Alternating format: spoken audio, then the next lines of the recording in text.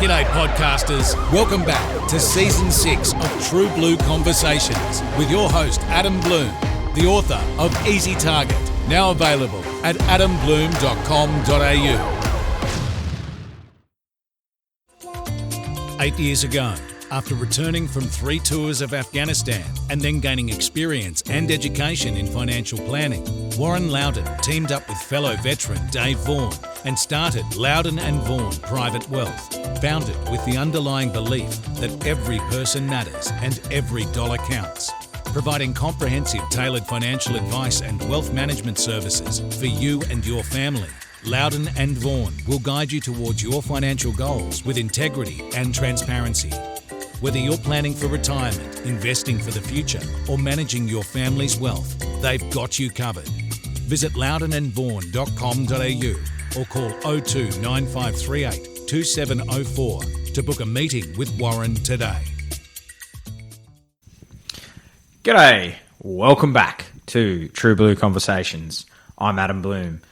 Today, I'm coming to you live from Perth, and I've been really excited to get this guest on the podcast to share her story, and it's a really amazing story and an uplifting story. And today, I'm joined by Navy medic, veteran, Karney Armstrong, and Karney has joined us today to talk about her career in the Navy and her life after service. So, Karney, thank you so much for coming on the podcast. It's an absolute honour and a privilege to have you on. Thank you for having me. Karney, before we get into your career in the Navy, let's go back to your life as a young Karney. Talk me through your early childhood. I was born to parents who were both in the Army. So my dad was a line haul truck driver based in Sydney, and my mum was also a line haul truck driver. So I was born in Campbelltown. Dad and mum were both posted to Moorebank. And Dad was never really home, as he was always travelling around Australia. And mum kind of worked in the warehouse since she had myself. Within a few years of me being born, Dad decided to leave the Army so he could spend more time at home. And unfortunately, that kind of deteriorated with their relationship. And in 92, when I was about 4, my parents divorced. It wasn't a very easy divorce. It was a lot of violence was involved, and it got messy pretty quickly, which was not perfect for a 4-year-old. But also, looking back then, Mum was a minority. You know, being transport, warehouse, truck driving, it was heavily male orientated, not female orientated.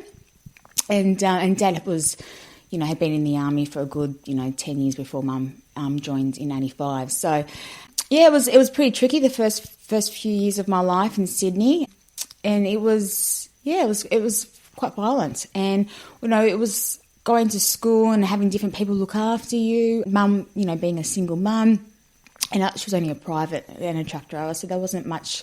The wage was quite minimum. And yeah, whatever happened behind closed doors was between the husband and wife sort of thing, so people just didn't really intervene. So I remember I was raised, at one stage I went to a babysitter, and their father was my mum's warrant officer. And so Mum would go away on courses, go to bush, do all that kind of stuff as you do in the military. But yeah, it was a very challenging part of my life. Spent long weeks and weeks and weeks at a time with my babysitter, and they had 3 children of themselves. One was 25, 21 and 15. So so I kind of basically lived there, and then went to Holsworthy Primary School. So yeah, it was a very difficult time of my life. So for you, with schooling, did it come naturally for you, or did you have to work at it? I struggled. I was always someone that would talk too much, always got into trouble. But also, I was a social butterfly. I couldn't concentrate. Later on, in my adult life, I've now been diagnosed with ADHD. Oh, welcome to the club. Yes, apparently it's a superpower. So, but also too, I was a very traumatised little girl. So, I had a lot of things going through my head. Trying to escape the buildings for my father when he kind of got cranky and became quite violent. Mum would kind of flee, and if I wasn't quick enough to hop in the car with her, I'll be left behind and cop the belting. So with that, like I said, we found a babysitter was Mum's warrant officer. The father was Mum's warrant officer, and unfortunately, I was a little girl, 5 years of age, and too scared to say anything, because I didn't want to go back to my dad, knowing that what he can do, be quite physical. He's a very tall man. He's 6'4", and my mum was 5'2", so he's a very, very tall bloke. But unfortunately, it wasn't all rose petals, I guess, at the babysitter's house. This is the first time I've ever actually has ever mentioned it, and I've spoken about it, because at 36 years of age, it's time to kind of be open and own it. And a lot of my childhood was traumatic, and the only way that you're going to heal from it is to acknowledge it and then kind of work on it.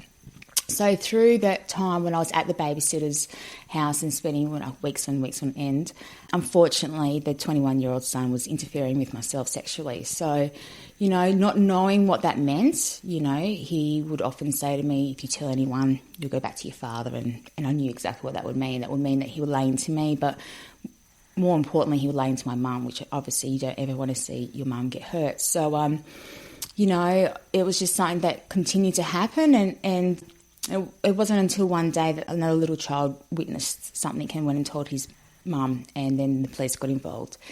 And I remember when the police were involved, it was all kind of getting really messy, and everything kind of ramped up, and getting interviewed by police and detectives, and kind of being asked, what is your definition of a lie? And I remember saying, well, to the detective, if you're saying that you wear a red jacket and you're actually wearing a blue jacket, well, that's a lie. And I remember clearly her looking at me, and I remember thinking, is that not the right answer? Am I not telling you the truth? And it was very much an inconvenience that this was happening. It was kind of interfering to our escape plan of running away from my dad, and certainly no one believed me. At that stage I was 5, I was in kindergarten, I was at Holsworthy Primary, and, I was just making up all these stories. And looking back now with a 36-year-old brain, how can a 5-year-old make that up? 5-year-olds don't know what molestation is. 5-year-olds can't, articulate that. So that has lived with me for a very, very long time, and that's hard. It's hard to hold that and kind of just go, this happened to me and no one believed me, and I kind of got in trouble for it, basically. So basically one night we hopped into a car and we drove from Sydney to our next posting, which was Wodonga in Victoria, and I woke up and we were there, basically. We literally ran away. So we started our new life in Wodonga, and I absolutely loved Wodonga. It was beautiful. It was like a country town. It was green. It was nothing like Holsworthy or Ingleburn. It was beautiful, and I remember arriving at our new place, and my mum's boss was there, and he had his 3 children and his beautiful wife, and, it was just like, oh, wow, this is our new home. And it's funny because mum's corporal was actually one of my coaches for Invictus Games later on. So I called him Uncle Tony. So he has known me for most of my life. And I can understand where Mum was coming from. She wanted just to start afresh, start a new life, kind of for me to forget about everything about the molestation. But that doesn't happen. As you say, you can't forget that. And I thank you for sharing and trusting me to share that, because that's something that it lives with you forever. Absolutely. You're 36 now. You were 5.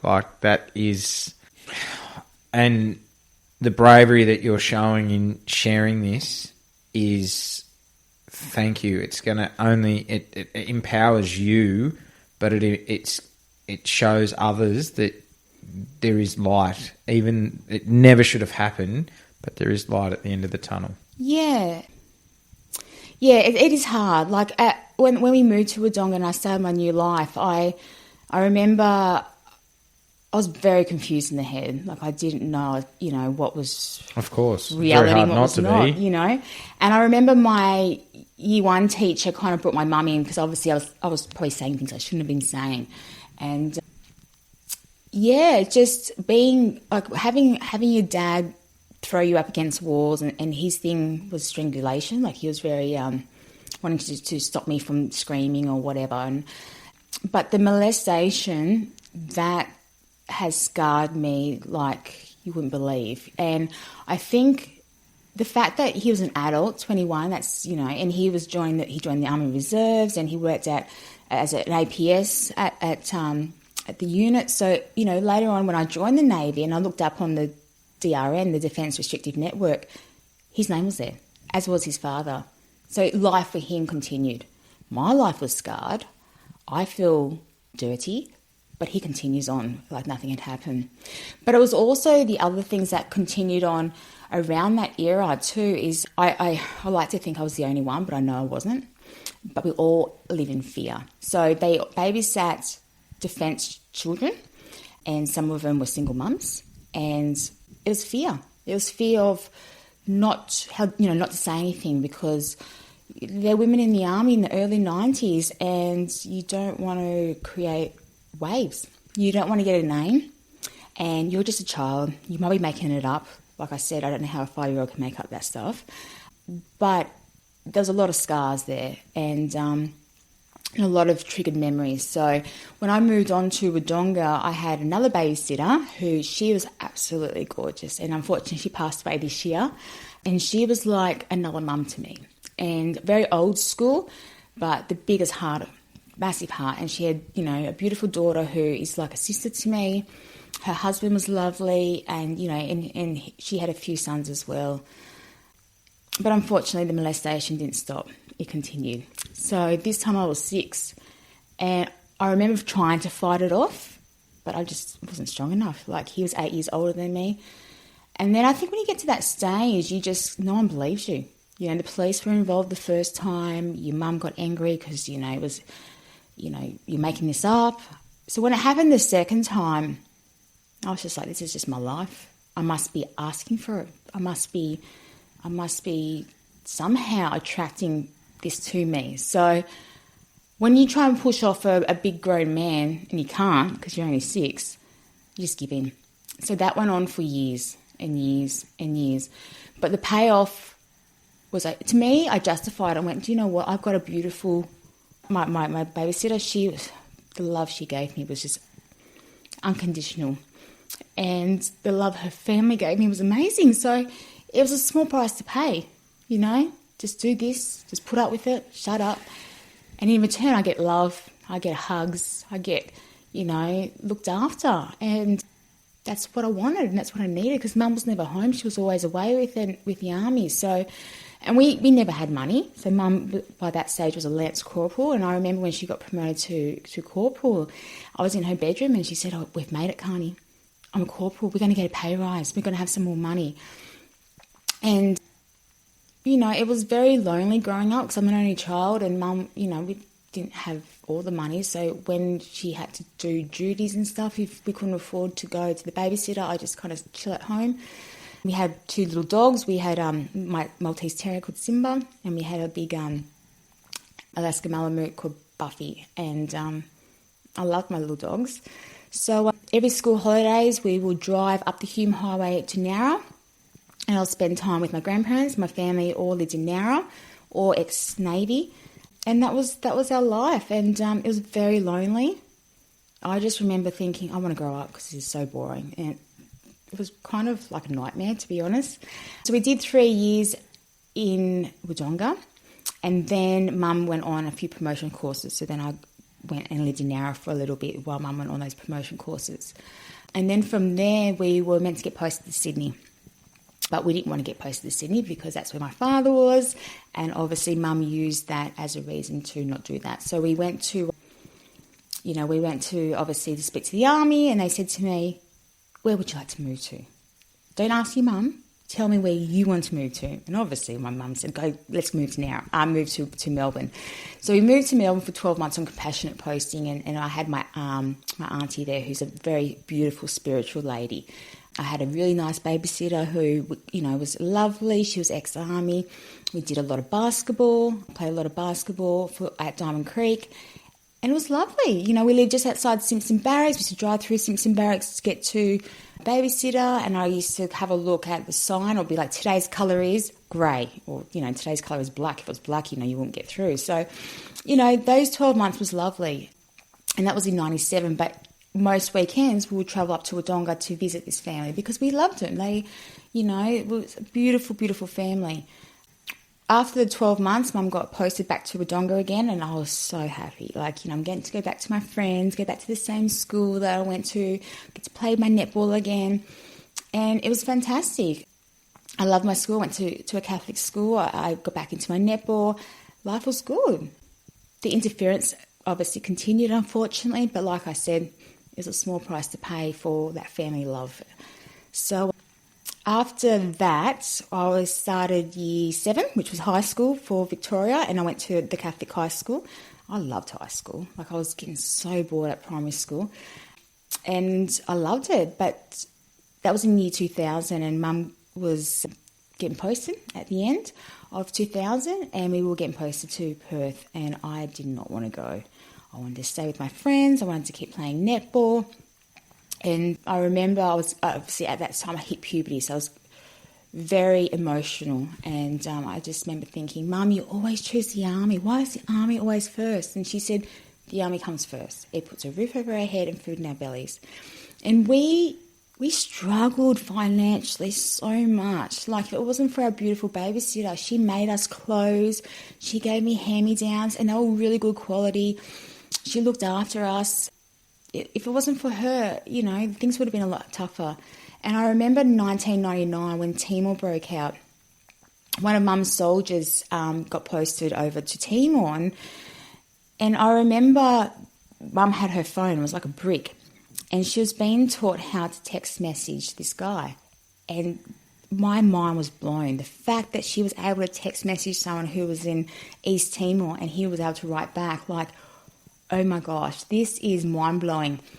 And I remember one day I had a dig at my mum's cooking, and she snapped at me and she said, all right, underneath the sink are 2 Rat Packs, and they were C, they had the letter C on it. For the next 2 days, that's all you're eating. There's people over in East Timor and that's all they're surviving on, and here you are being so ungrateful. And so I went to school and I took my Rat Pack with me. And if you did that in this day and age, you'd probably get docs called on you, the way the world is.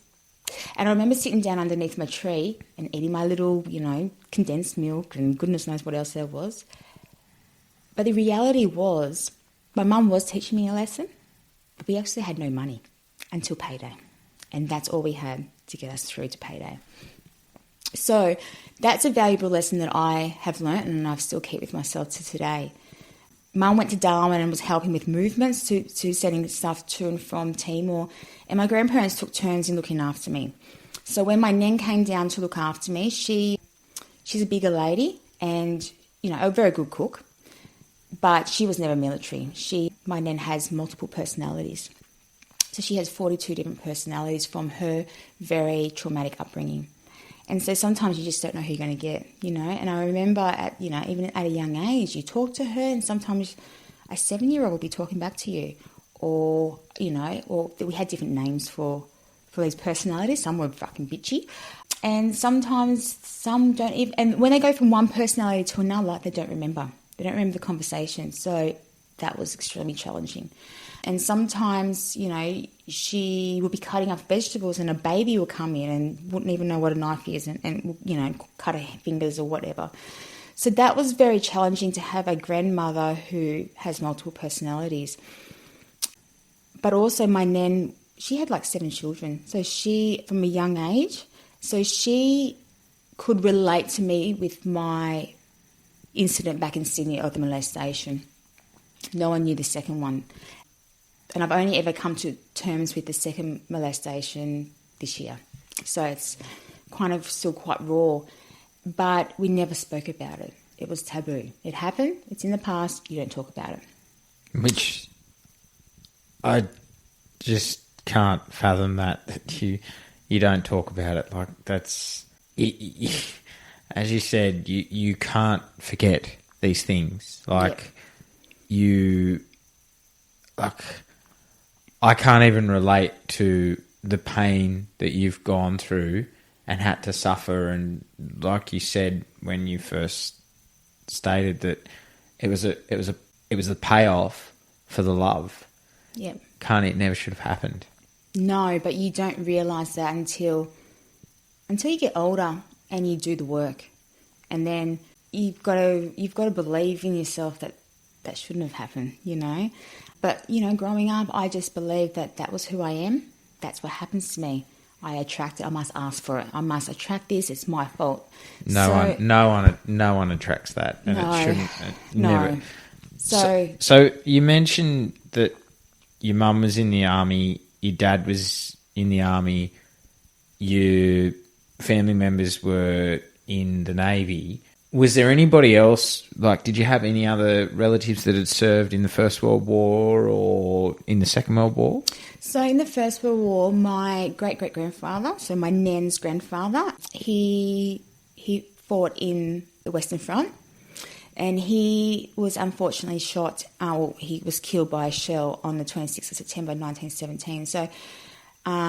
famous day, that day. Yes. Battle of Polygon Wood. Exactly. So he actually his battalion were quite aft of when they were attacking, so he was quite safe, but he was the quartermaster to the CEO with stores, and he decided to volunteer and take a mule to the front and with stores to give to the soldiers. And on his way to the front, he was hit by a shell. And it was only just in the last couple of days I was blessed to be given some more information about that. And I've been able to read like this commanding officers' reports on that battle, people's witness statements of the death of Arthur. And even though Arthur, obviously I've never met him, his photo was always in my mum's house. Mum being Army, my family all being Navy. Her mum's an identical twin. Her twin was Navy, mum's Army. We always had Arthur's photo, to the point that my name would have been James if I was a boy, but my youngest son, his middle name is James, named after Arthur. So although I never met him, he plays a massive part in my family. And then it was just Navy, Navy, Navy. So my grandfather, my uncles, my aunties, all Navy. So I'm third generation Navy, but my parents are Army. But yeah, so very Navy influence. And being my mum was very regimented. So we mentioned that, we'll get into Perth in a minute, but you've got a rich family history of service to our country. Everyone remembers where they were on 9/11, and you mentioned in effect, and then we go forward to 2001 and 9/11. Where were you on that day, and what do you remember? And was that a catalyst for you joining up when you did join up a few years later? Well, when we moved to Perth, I was 13. So I went to an all-girls school called Iona in Mosman Park. A very wealthy school. I was culturally didn't fit in. I lived on an army base. I had a single mum that was a truck driver. Did not fit in. So when we moved to Perth, we have two very, very dear friends of ours who I love and adore very much. And Glenda and my mum met each other when they first did Kapuka back in 85, or their training for drivers. And Glenda met her husband in 92 after Somalia. And I remember in Sydney when I first met Mal, I just ran to him and gave him a big hug. And he was just like this big, goofy, guy. He just made me laugh. And I've always been close to Mal and Glenda. So when we moved to Perth, that was the only good positive about Laddie moving to Perth, was the fact that Mal and Glenda were going to be there. And I love Mal, who I now call Dad. I idolise him. And I remember when we lived at Swanbourne, Mum said to me, "You are not to ask any of these guys what they do for a living." And I was like, don't care. Like, I'm 13. It's all about me. I couldn't give a crap what these people do. Like, they're in the army. They probably drive trucks for all I know. So the patch or the village where, the regiment guys live, they were just so friendly. They were so, hey, how you going? And I didn't know who anyone was, but they just always said g'day. So I started to form a routine. And my routine was that when I wake up, Mum was never home. I would get up, I'll make myself a hot chocolate, and I'll go in at the front of my house and sit on my mailbox because it was made out of bricks. And I would sit there with my hot chocolate, and up my hill would the guys be running. And as they continue up my hill, they'll go up to the back gates of the regiment and they'll wave to me, and I'll be like, oh my God, these guys are hot. And then I'll be like, ugh, now it's time to get ready to go to Iona, and like wear my Madeline hat, my blazer. But when 9/11 happened, I remember doing that. And when I woke up that morning, the TV was on, and the TV is never on in my house. Like Mum and I just don't watch TV. And when I got out of bed and I walked into the kitchen and I saw my mum was sitting watching TV, and I was just like, the Today Show was on. And I went, Mum, you're going to be late for work. And then you're not going to be able to come home. And I turned around and Mum was at the beginning of the entrance of the kitchen, and she said, I'm not coming home tonight, Karney. And I said, oh, what's new? Okay, whatever. And I made my toast, and she looked like she had seen a ghost. And I was just like, okay. And off she went. I went out the front with my hot chocolate and my toast, and there was just nobody there. I'm like, hello, there's no runners, no kids playing in front of their house. And I was just like, okay, off I go. Went back inside and got changed for school. In the mornings, one of the regiment blokes, his wife would come and pick me up because their two kids also went to the same school. And as they pulled up and I jumped in the back of the car, their conversation was still going. They didn't stop to say g'day to me. And as we were driving on West Coast Highway heading towards Mosman Park, Danny turned around and said to me, she goes, Karney, how are you going with the news about the boys going away in the middle of the night? And I just said, I don't know what you're talking about. And she said, the boys have all left. And I said, who are these bloody boys that you're talking about? And she abruptly turned over from on the side of the West Coast Highway. And she's Italian. And she looked at me. She said, Karney, the boys have all gone. It looks like we're going to go into World War III. And I said, oh, Mum said that she may not be coming home tonight. But I don't know what you're talking about with these boys. She said, the boys, the SAS. And I said, what does SAS mean? And she ripped off a Band-Aid that I didn't realise I had. And all I knew was I lived with these guys called SAS, and they had disappeared in the middle of the night because something bad had happened, and we might be going into World War III. And I'm just like, I'm a bit confused here. Went to school, and it was only the day prior we were being told by our class that we should open our doors to these boat people that were coming through at Christmas Island because we had a lot of boat issues. When we got to school that day, we were told, do not talk about it. We are not to talk about what happened. We do not talk about the world, the Twin Towers collapsing. Just no mention of it. And I'm just like, what is going on? Everyone was crying around us. And then as the day went on and I got home, Mum hadn't come home that night, and that was fine because that, it's quite often the case. And then the next day I went to school, and I was just so confused. One of the teachers pulled me aside and she said, I'm just a bit worried about you, Karney. How are you coping with everything? And I said, I don't know what's going on. The base that I live at, it's kind of gone into lockdown. We have, civvies walking around, but we've also got, guys in uniforms, in civvy, not in their uniform, in civvies, with, I just remember big German shepherds, but they're probably not German shepherds, they're probably they're Belgian Malinois or whatever they bloody called anyway. And they were just walking around and everyone was quiet. And she said, I'm just a bit worried about you. I want to keep an eye on you. And I was like, oh, okay. When I went home that night, Mum was waiting for me. And I said, oh, hey, Mum. And she goes, sit down, I've got something to talk to you. And I thought, oh, here we go. And she said, my good friend Dale, she's a poster. And I'm like, yep. Well, she's just called me today and she's posting me. And I was like, oh, where are we off to now? And she said, no. You're staying here, or you can go and live with your grandparents. But I'm going to be posted to a Navy ship. And I said, but you're in the Army, not the Navy. And she said, no. On this particular ship, there's an Army section. And they need a sergeant, and I've been posted to it. And I said, okay, well, I'm just going to stay here with Mount Glenda. And she said, no. If you're going to stay here in Perth, you're going to become a boarder at Iona. And I was like, that ain't happening. She said, you can go and live with your grandparents in Nowra. And I said, well, that ain't happening either. And she said, I was going to live with Mount Glenda. And she said, no, you can't. And I said, why can't I? She said, Mal's already been deployed. And I was just like, oh, that's crap. What about Glenda? No, she's about to get posted to Bahrain. And I was like, oh, shit. Well, I don't want to go to Iona. I don't want to go live with my grandparents. I don't want you to go on this Navy ship. And she said, well, too bad. That's just the way it is. And I said, well, where's this ship going? She goes, we're going to the Middle East. And I'm like, I didn't even know the Middle East existed. So she left the next day for 2 weeks to go to Cyprus to do advanced firefighting and gassing and whatnot, just so she was able to go on the ship. And she said, you'll be right. The wives will look after you. And they did. I went to school, came home. I got a knock on the door. It'd be like a lady, with a thermos full of soup. All I had to do was 6 o'clock every night. I had to open the door and it'd be one of the guys from the regiment just to making sure I was okay. I just had a fat all the time. I was used to being on my own. I was used to being left alone because Mum was a single mum. She didn't have the money. And it was just me, and I was very, very mature for my age. So that happened for 2 weeks, and then when she came home, she said, all right, we've got to pack this house up. We're moving. In that time, Ansett had collapsed, so a lot of flights were getting transferred over to Qantas, and trying to get a flight out of Perth was just impossible.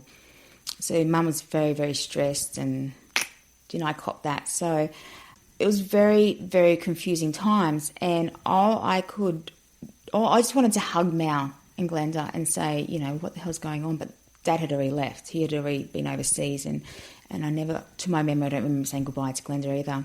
So we left, moved to Nowra, and Mum joined the ship. And I remember I wanted to go and say goodbye to her at Garden Island at Cuttable, but Mum said, nope, school's more important, you go to school. So I started at the Catholic school there, and I freaking hated it at first. I was like, I don't want to be in Nowra. I don't like Nowra. And Mum left, and I remember coming home for my first day of school and watching the Today Show and all that stuff, filming HMAS Canimba leaving, and, army stand out amongst white, like they, khaki. And you could see my mum, and, it was wonderful in that way. But it was very scary times because I did not know what was going on. My grandfather is a Vietnam vet, and his PTSD was very bad. Like, he didn't take medication until very late, and he was in denial. He was like, there's nothing wrong with me, just there's a lot of dickheads in the world. And academics, well, he hasn't got any time for academics or hippies. So Pop decided to educate me on what an SAS soldier is. And it was not G-rated. And I remember Pop's therapy is gardening, but when it comes to watering, when he's got the hose, you just leave him alone. Anyway, he called me outside. I sat down on the edge of the garden bed, and he said, right, kid, I'm going to talk to you about Mao. And I was like, yeah, okay. He goes, he is awesome. And I said, well, you never met him, so how do you know? He's just a big goofball. Everything's a joke. And he said, he is what you call a legend. He is SAS. And I said, I don't even know what this means. And he said, look, there's a book I want you to read. We've got it inside. It's called Who Dares Wins. It's about the British SAS, but the Australian SAS, we're fucking 10 times better than the Brits. And I was like, oh, of course we are. And he went on and told about how only, the best of the best of the best can become SAS, how they go in behind the scenes in the middle of the night, no one knows they've been there, they do what they've got to do and get out, and then people wake up and go, oh, fuck, the Aussies must have been here. And he goes, he is old school. And I'm like, I was laughing, and I'm like, Pop, you've got the wrong person. That's not what Mao does. Trust me. Like, that sounds amazing, but that's not Mao. And he said, I'm telling you now, kid, that's what he does. He's a sniper. And I'm like, no. I said, that's not him. I said, he's a truck driver or bloody box packer or something like that. I said, you can't do Mao. He's a big clown. Like, everything's a joke. And he's like, nah, kid, this is what he does.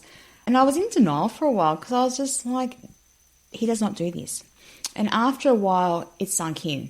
So I remember standing in front of the TV one afternoon, and I could see on the news they had a scene that they were filming through someone's night vision goggles of a firefight. And I remember saying to Pop, is that what Mao does? And he goes, oh, yeah, mate.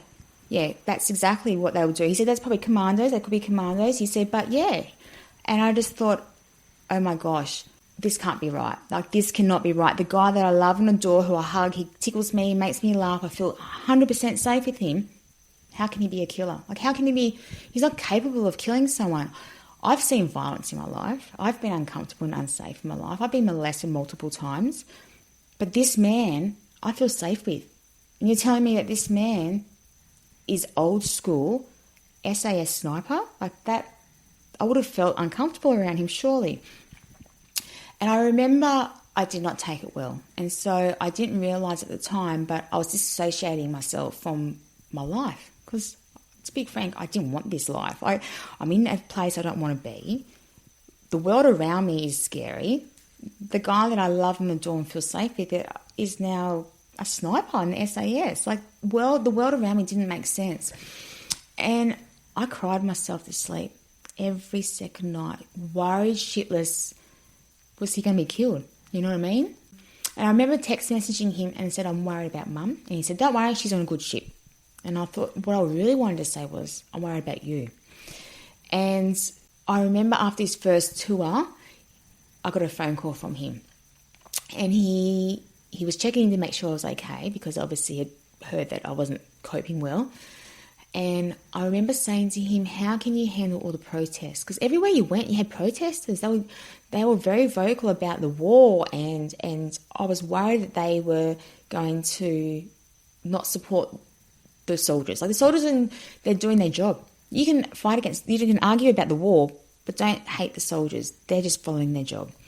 And I said to Dad, how can you do what you do and, you know, be in the desert and starve and eat rats and you know, see what you see, and then come back to Australia and walk down the street and you see protesters? How do you not lose your poop? And I remember he said to me, and I still remember word by word what he said, I don't do things for personal recognition, because if I wanted personal recognition, I would have become a bloody actor. And I wrote those words down and I remembered them. And to me now, that's ego. He doesn't have an ego. And I just thought to myself, holy shit, this is true. You are this SAS sniper. Pop was right. And I said to him, but I'm scared that you're not going to come home. He said, I'll be right.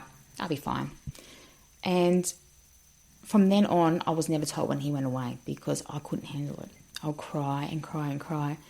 And sometimes I'll say, I want to ring Dad, or Mal, but now called Dad. And they said, you can't, he's in Bindoon, or he's doing an exercise somewhere and there's no signal.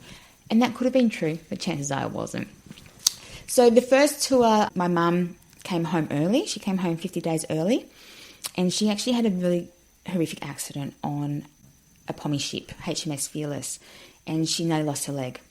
So she came home to Australia and we didn't know if she was going to be an amputee or not. She had massive surgeries on her knee and she was able to save her leg, which was fantastic. But rumour had it that Iraq was going to erupt and she wanted to go back on HMS Karney to take her boys back over. And, you know, my whole family, we're big people. Like, we struggle with our weight, and Mum's 5'2" and always struggled with her weight. So the fact that she was able to pass a BFA with a dodgy knee, it was quite phenomenal. Like, that's power of the mind, because she wanted to take her boys over.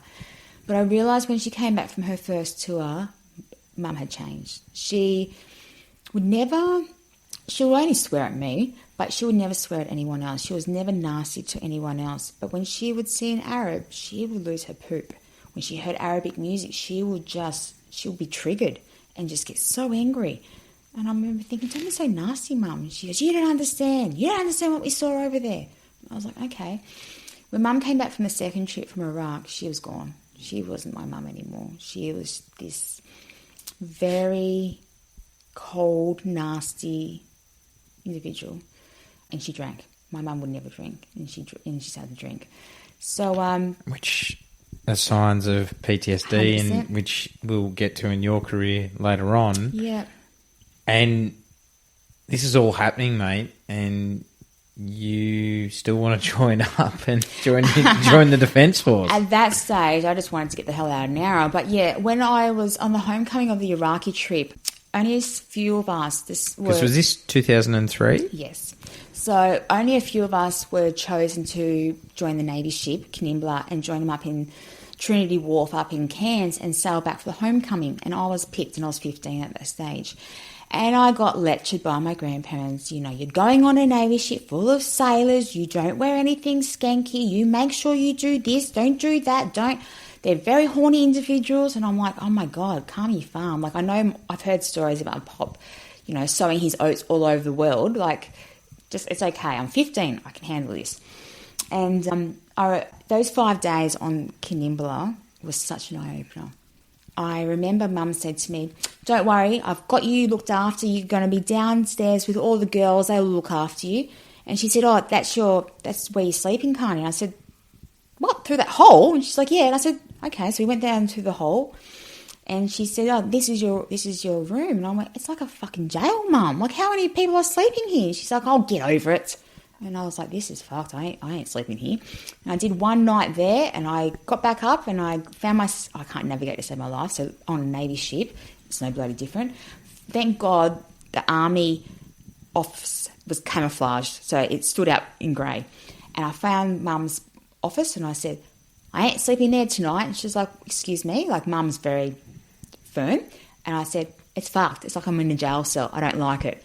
She's like, oh, you're such a spoiled little brat. So she moved me up to Long Tan, which is where the mums were sleeping. And I was like, this is much better. This is much better accommodation. I can do this. And I'm laughing because you joined the Navy. I know. If only I knew what was coming my way. So then, every breakfast, lunch and dinner, I got to the PO's mess, and the last thing I wanted to do was hang out with my mum. Like, you're boring. And so I would sit down next to someone, and I'm like, and who are you? And they'll be like, oh, I'm such and such. And what do you do for a living? And they're like, I do this. And everyone loves to talk about their job. And I remember I spoke to a stoker, and he was trying to explain to me about engines. I'm like, I didn't get that. He's like, would you like me to show you? And I was like, hells yeah. Do you want to ask your mum? Nah, stuff her. Let's just go. She can find me. So off I went. And it was a thing that I did. I just went to every department, and I found someone. I said, what do you do for a living? Show me what you do. And I never told my mum. And she'll be like, fuck, where's my daughter? Like, I'm on a Navy ship, Mum. I ain't going far. You just have to, find me. Open your eyes. And I remember one day I found this Blue, who was a PO birdie, and I said, what do you do? He goes, oh, I'm from Nowra. I fly the bird. And I'm like, all right, that's boring. I know much about birds. I'm from Nowra. He said, would you like to climb on top of one? And I was like, hells yeah. So we climbed on top of the bird, the Sea King, but it was in the hangar, so it was inside the ship. And as we were standing on top of the bird, I looked down, and there's my mum with the Kelly coxswain, who ended up being my chief coxswain. So, and they were looking all over for me. Have you seen my daughter? Do you know where Karney is? Armstrong, where are you? And I'm standing up there giggling, and this guy's like, oh, we better tell your mum. I was like, nah, stuff her. Let's watch it. Let's watch it from up here. And she was running around, and the Kelly coxswain was shitting herself. Where is she? And then eventually I went, Mum, I'm up here. And she looked up, and she was like, oh, what the are you doing up there? And obviously got the camera out, took a photo, and then she's like, get out here now. And I'm like, don't ever tell me not to do something, because I'll fucking do it, right? And she's like, I've never stood on top of a Sea King before. And I said, well, have you ever asked? And then I became friends with who I know now was a greenie, which was what my fiance did, but a communicator. He's like, I'll take you to the comsen. Okay. Off I went to the comsen. He shouldn't have done that, but he did. And I came back down, and Mum's like, how the hell did you get into there? We're not allowed to get into there. And I was like, because I'm Karney. I just ask. The power of asking. And there was one time Mum said, you are not to go and disturb the captain. He's a beautiful man, Karney, and he was. He's a beautiful man. And he doesn't have time for you. And I was just like, whatever, challenge accepted. So next minute I did something, and I found my way to the captain's office, and I knocked on his door, and he, beautiful man, McCourt, absolutely gorgeous man, and he looked after me throughout my whole career as well, David McCourt. And I walked in, and he's like, oh, you got Denise's daughter, or my mum's nickname was Mum. I am too. So I knocked on the door, and the captain opened the door, and he's a very beautiful man. And he's like, oh, hello, you're Mum's daughter. And I said, yes, sir, how are you going?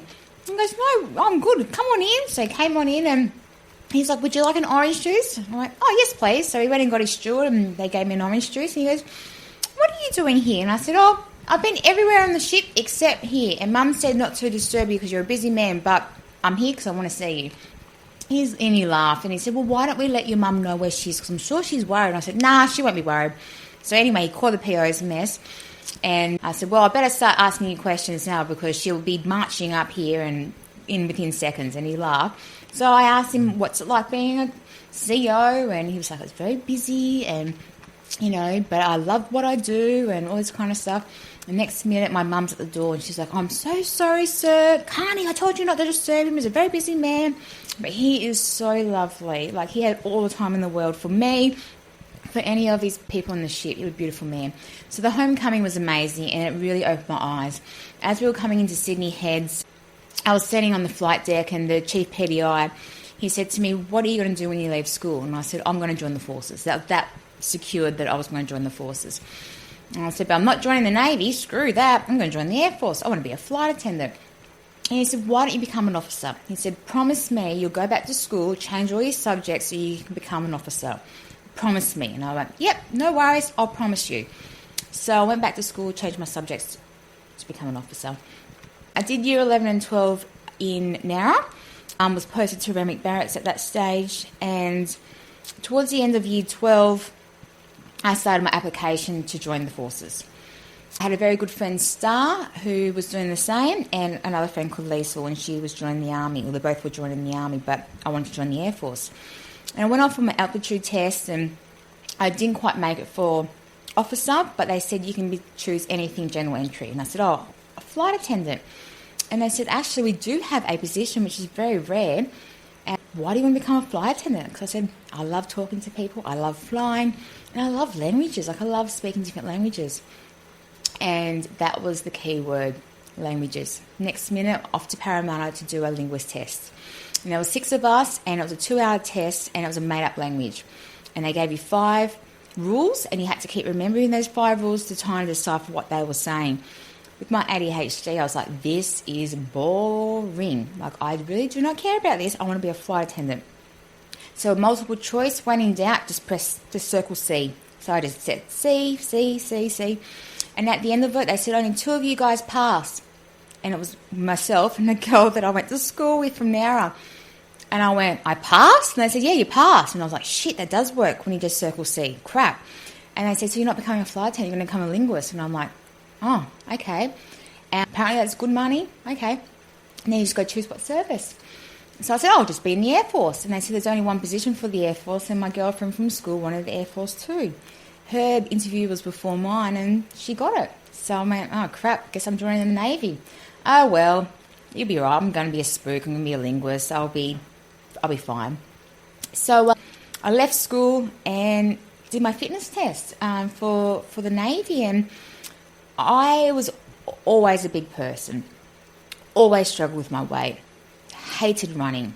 Hated cardiovascular fitness. Loved my netball, but I always played shooter. So I was never one to be running long distance, but I could shoot anywhere in the circle. And I remember my pop used to say, stick your bum out, kid. Get them to run around your big bum. So when it came to the beat test, I could not do it. My family were all big, but they're fit. I was never fit. And I just couldn't pass the fitness test. So it came to me going to Wollongong and doing my fitness test for the beat test, and I just didn't pass. I tried again, didn't pass. Tried again, didn't pass.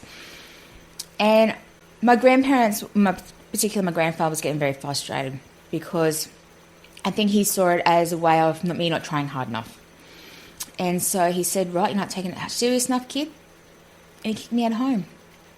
And I remember my friend was with me at the time and she said, right, let's pack our stuff up, whatever we could carry. We put in the boot of a car and off we went. And I went in my little 3-cylinder car and off we went. So I lived on people's couches, I lived in people's spare rooms, and, you know, when you spend a few nights living in the back of a car, you appreciate the small things in life.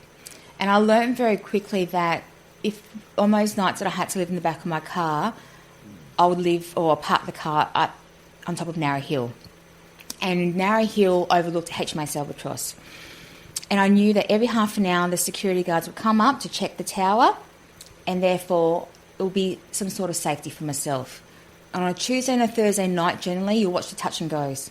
And I remember sitting there, and I used to smoke tobacco, never did drugs.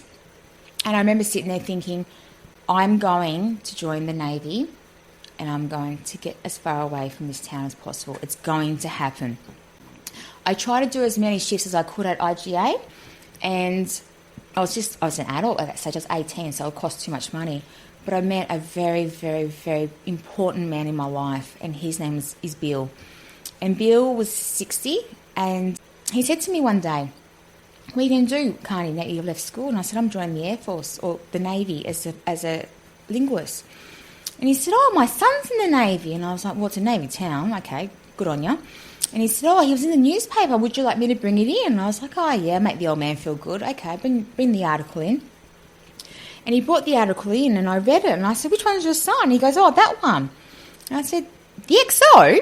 He's like, yeah. I said, "He's a submariner." And he goes, "Yeah, the XO of Rankin.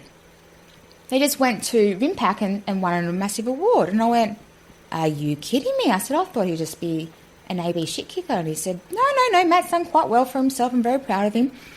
And he said, "Now, Karney, I want to teach you something. I want to teach you something that when you achieve your dream, you know that you achieved it through positive thinking." And he said to me, "What is your dream?" Now, at this stage, you've got to remember I'm sleeping on people's couches. I'm trying to do as many shifts as I can at IGA to kind of just make ends meet. And I said to him, "I want to live in Perth. I want to live in a house that I own. I want to have a RAV4. I want to have a golden retriever. And I want to be married to someone in the military and live near the beach." He said, "Okay, now you think of that dream. And when you achieve it, know that you only did it through the power of your mind." And he started teaching me the power of positive thinking and the law of attraction. And I used to go to his house at Orient Point, and we would watch a mini DV series called Submariners, which his son was on. And we would watch it over and over and over again. And just to keep myself so focused, you've got to pass this beat test, Karney. You've got to pass this beat test. Push yourself. Pay mind over matter. And I met his son, and I met his son's best mate, and he was a pilot at Albatross. And he said, "These are the people that you need to hang out with. You want to make your dreams come true, then you need to be selective about who you hang out with. You are the company you keep. You know, want to hang out with eagles? Hang out with eagles. Don't hang out with chickens, because chickens don't fly." And I remember looking at Jose and Matt and thinking they are absolutely amazing men, and they bloody are. They are just top-notch men. And, you know, Matt is still in the Navy now. He's an admiral. He's in charge of the August. He's soon to be Vice Chief of Navy at the end of the year. Absolutely amazing. So I passed my beep test. And I remember when I finally passed my beep test, my friend Star, her mum's a copper in Wollongong, and she arrived in a cop car to watch me do my beep test. And if you know Tracy Laverty, you don't say no to Tracy. She's thick skinned. And she sat there and she just yelled at me to keep going and keep going and keep going and keep going. And when I passed the beep test, she turned the sirens and lights on and was, "Woohoo, you made it, Karney!" I nearly fainted because I was pushing myself that hard. I got on the phone to who I call now my dad, and I just said, I passed, I'm going in the Navy, I passed. And I said, "You are my hero, Dad." Oh, I didn't call him Dad, I said, "You're my hero." And he said, "No, you're my hero, mate." And I said, "How can I be your hero? I just passed the bloody beep test. You're an SAS guy." And he said, "Because you never gave up." So I went and joined the Navy, and we did our swearing in on HMAS Tobruk, which some of the guys from Mum's crew of Kanimbla were on Tobruk. And I jumped on that Pusses bus, which is the one for us, and went to Cerberus and never looked back. So you joined in 07, Yes. and you, as you said, you did your linguistics course. So I started my linguist course, yeah. Yeah, so talk me through basic training. Did you, obviously you've had to overcome a lot of adversity to this point in your life. Was it a struggle, or did you find basic training easy? Bit of easy some ways, hard at the others. There was no way I could fail, because where was I going to go afterwards? So a dear friend of ours, Arnie June, who was the chief PDI at the ADF PDI school, and I saw her 4 o'clock every morning, and she had my back. She didn't take our PTI classes, but she just happened to make an appearance, and it just happened to be when I was deciding to stop running and start walking, and Auntie June, when she says move, you don't back chat. So fitness side of things I struggled, but I wasn't the only one. And we work together as a team. And, you know, between when the sun is up, you run. You always double. And push-ups, I've always been stronger upper body. It was the running that got to me. So my shin splints were horrific. When it came to yelling at and being screamed at, that's what I was worried about. And I remember one day we were standing round and the PO coxswain was screaming in my face because my socks had fishtails. And he was right in my face screaming at me. And I smiled and he goes, "What are you fucking smiling about?" And I said, "This is going to be piss easy. That's how my grandfather says good morning to me." You know what I mean? And that's all you've got? That's nothing. So I knew when it came to the yelling and screaming, walk in the park. When you grow up with grandparents with PTSD, they kind of have you, you know, thick skin for that. So I had a shaved head at recruit school because I lost the bet. So going through service at winter with a number 2 was bloody cold. I looked very butchy. I used that to my advantage when it came to the other women because it was always, you know, women were bitches, so it's always like a battle of who's the top dog. And when you've got a bit of weight on you and you've got a shaved head and you're from Nowra, I pretty much scared a lot of them. So I was just like, just be nice, otherwise you've got me to deal with. We were the shit fight class, so if everyone was resting, it was our class out there doing remedial because we were just shit bags. But we owned it. We owned that we were shit bags and we didn't know how to do stuff. Firefighting, I hated it. I hate firefighting. I don't know how you can do it. I think it's shit. They yell at you and you're like, "Mate, you do realise there's a fire in me and I can't hear what you're saying. I can't see what I'm doing. But yeah, keep yelling at me. I can't, you know, whatever." Flooding, that was nice. It's just nice to go for a bit of a swim. Gassing, I could never get my shit on fast enough to get into the teens properly. But I found recruit school fun because it was like we were all together. We were all just brothers and sisters. I loved it. It was what I've been looking for all my life. When we graduated, when I came off the parade ground, and the guy I called my dad was standing there. It was the first time I'd seen him since 9/11. I never got to say goodbye to him because he left.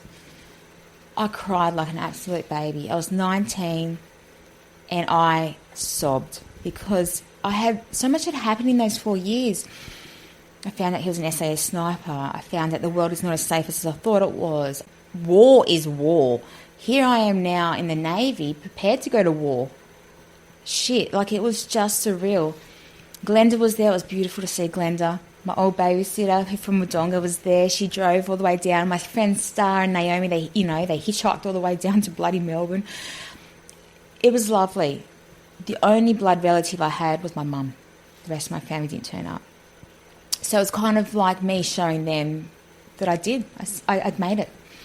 So that was on the Friday, Black Friday, and then on the Monday I started at Laverton at the School of Langs.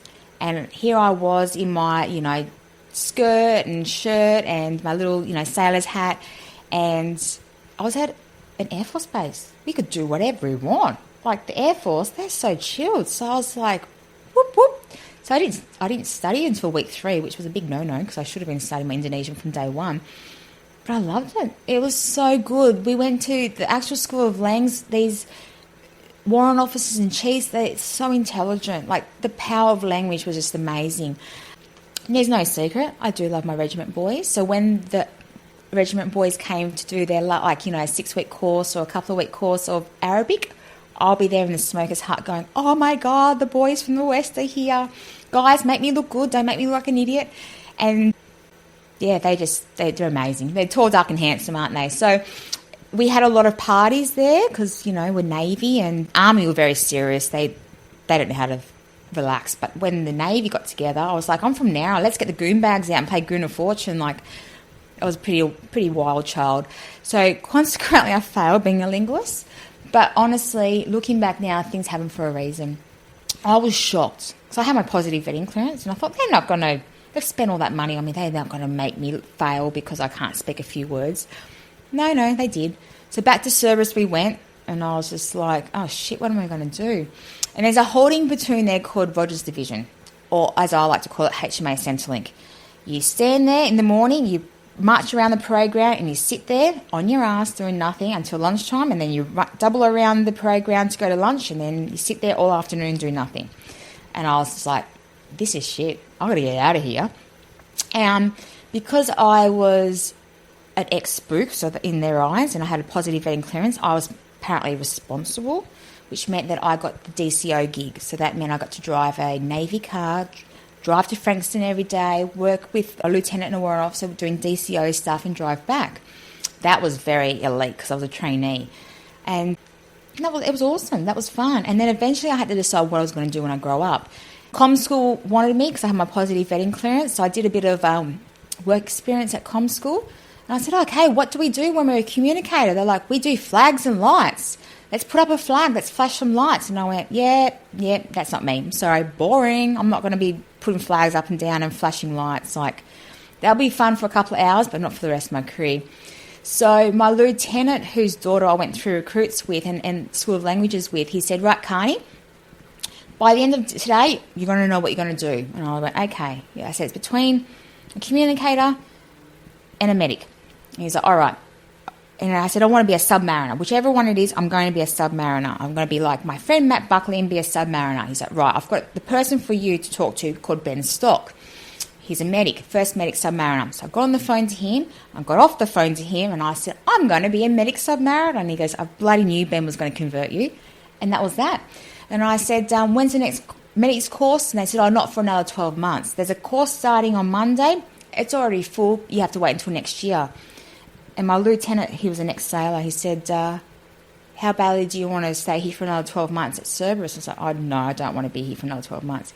He said, right, rock up to med school and just pretend that your name's on the list. What's the worst thing that's going to happen? They'll send you back to DCO. So I did. I rocked up at med school at Cerberus, and this ex-army Kellick, who ended up being my instructor, he's like, your name's not on the fucking list, mate. And I said, well, I'm sorry, I don't write the list. It should be A for Armstrong. It should be on top of the list. Well, it's not fucking here. And I said, well, I don't know. And so day 3, he came up to me underneath the smoker's hut and he said, you're not on this fucking course, are you? And I said, I'm not saying anything. No names, no court-martials. No. And he said, I fucking love your guts. I love how the fact that you were able to do that. And I said, if you want something, you bloody do it. So I said, I'll just turn up. What are you going to do, kick me off? And he said, stay. I love that. You can stay. So med school was very difficult. So you forced yourself. I did. I just rocked up and parked my bum on the seat, and that was it. And it's funny because it's not the first time I've heard this story before of people that they're not on courses but just turn up anyway and pretend until you get there. And so you get there, you force your way into medical school. Yeah. Talk me through that process of medical school, and as you were saying, it's like school you always struggled. Medicine is a really hard thing, but you knew that you were passionate, so did it just click or did you have to work at it? I knew nothing about medical. Nothing. And I remember when I did my first aid at recruit school, he ended up being a Kellick medic with me, Errol. He was a submariner. And I was like, oh, we'll go with the submariner because they're nice. And he'd be like, come on, ladies, what comes after A? B. Now, what do we do for B? And I'm like, fuck, what does B mean? So I didn't know anything. So I thought, you know what? The reason why I became a medic was my family said, don't become a medic, kid. We've already got one of those in the family. So I went, well, fuck off. I'm going to become a medic then. And I remember thinking, when I become a mum, I want to know how to do CPR. So I knew nothing. And you're right. When it comes to learning book stuff, my ADHD, I can't retain anything. So I fucking struggled. I didn't struggle so... Yeah, the anatomy and physiology side of it all, yes, because what they want you to learn in such a short period of time is ridiculous, but it's adult learning, and that's how defence are. But what I struggled with was the bastardisation. It was fucked. Our class copped it. We had an instructor who thought... he was ex-army and changed over to Navy. Well, that says a lot. There's a reason why he changed over, but we were weak as shit. And, you know, you're nothing like the Army. You Navy poofters, blah, blah, blah, blah. And I remember thinking, well, you're fucking in the Navy now, you know. So obviously there's a reason something's happened. And so I was an easy target because I really packed on the weight because I was fucking miserable. And, make us run with jerry cans and all that stuff. And I know it sounds very, you should be able to do that. We're in the Navy, mate. You run more than 100 metres, you're off the ship and in the piss. There's no need to run around. But I remember one day he made us sit down in class and he'll give us lectures and he'll just have brainwashing us about how useless we were. And I was like, oh, for fuck's sake. And one day we're in class and he said, right, I'm going to put this DVD on. And this is what real fucking men are like. This is what you guys should be like. And I was writing a letter home to Dad or to Mount Glenda. And as I was writing, I thought I was losing my shit because I'm like, I can hear my dad's voice. And I'm thinking, am I that crazy that I can hear his voice? And I looked up at the TV and I saw my dad. And I went, oh my God, that's my dad on TV. That was his selection course from back in 1984, the Battle of the Golden Road. And the look on my Kelly's face, and I was just like, holy fuck, this must be his selection course. This is the one that my mum fell asleep because she found it really, really boring. That's my dad. And you know what? He sat back and never, ever looked at me sideways. He was too fucking scared because he's a bully.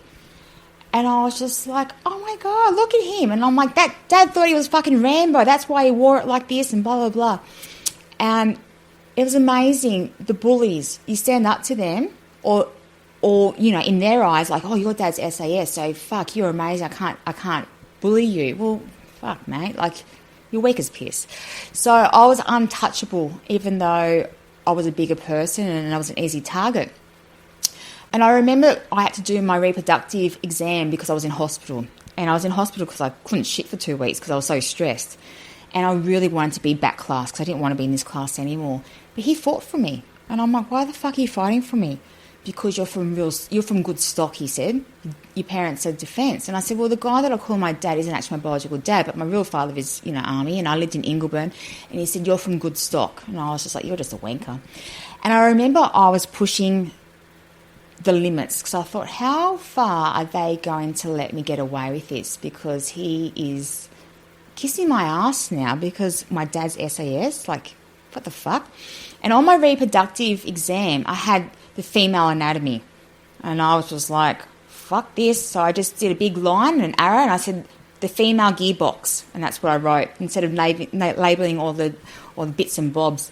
And I handed it in. And I thought, I reckon he's not going to fail me. I reckon he's too gutless. And he looked at it and he pissed himself laughing. He goes, you're fucking hilarious.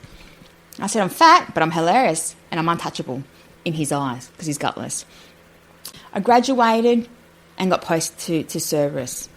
And I was lucky I was posted to the ward, so I worked with civvies and I worked with some amazing civilian ladies who I ended up working with later on in my life. I did everything I possibly could to get to Perth. And I remember my lieutenant's like, why the fuck would you want to go to the shithole Perth? And I said, because I want to be near submariners and I want to be near the regiment. And I pushed and pushed and pushed. And eventually they went, here's your fucking posting orders. Go. Have fun at Cerberus. Have fun at Stirling. And I hopped on the plane and I was like, I'm never coming back to Cerberus again. This shithole can stay here. And I went to Perth and I got posted to the health centre and they said, oh, you guys can work at Sumu.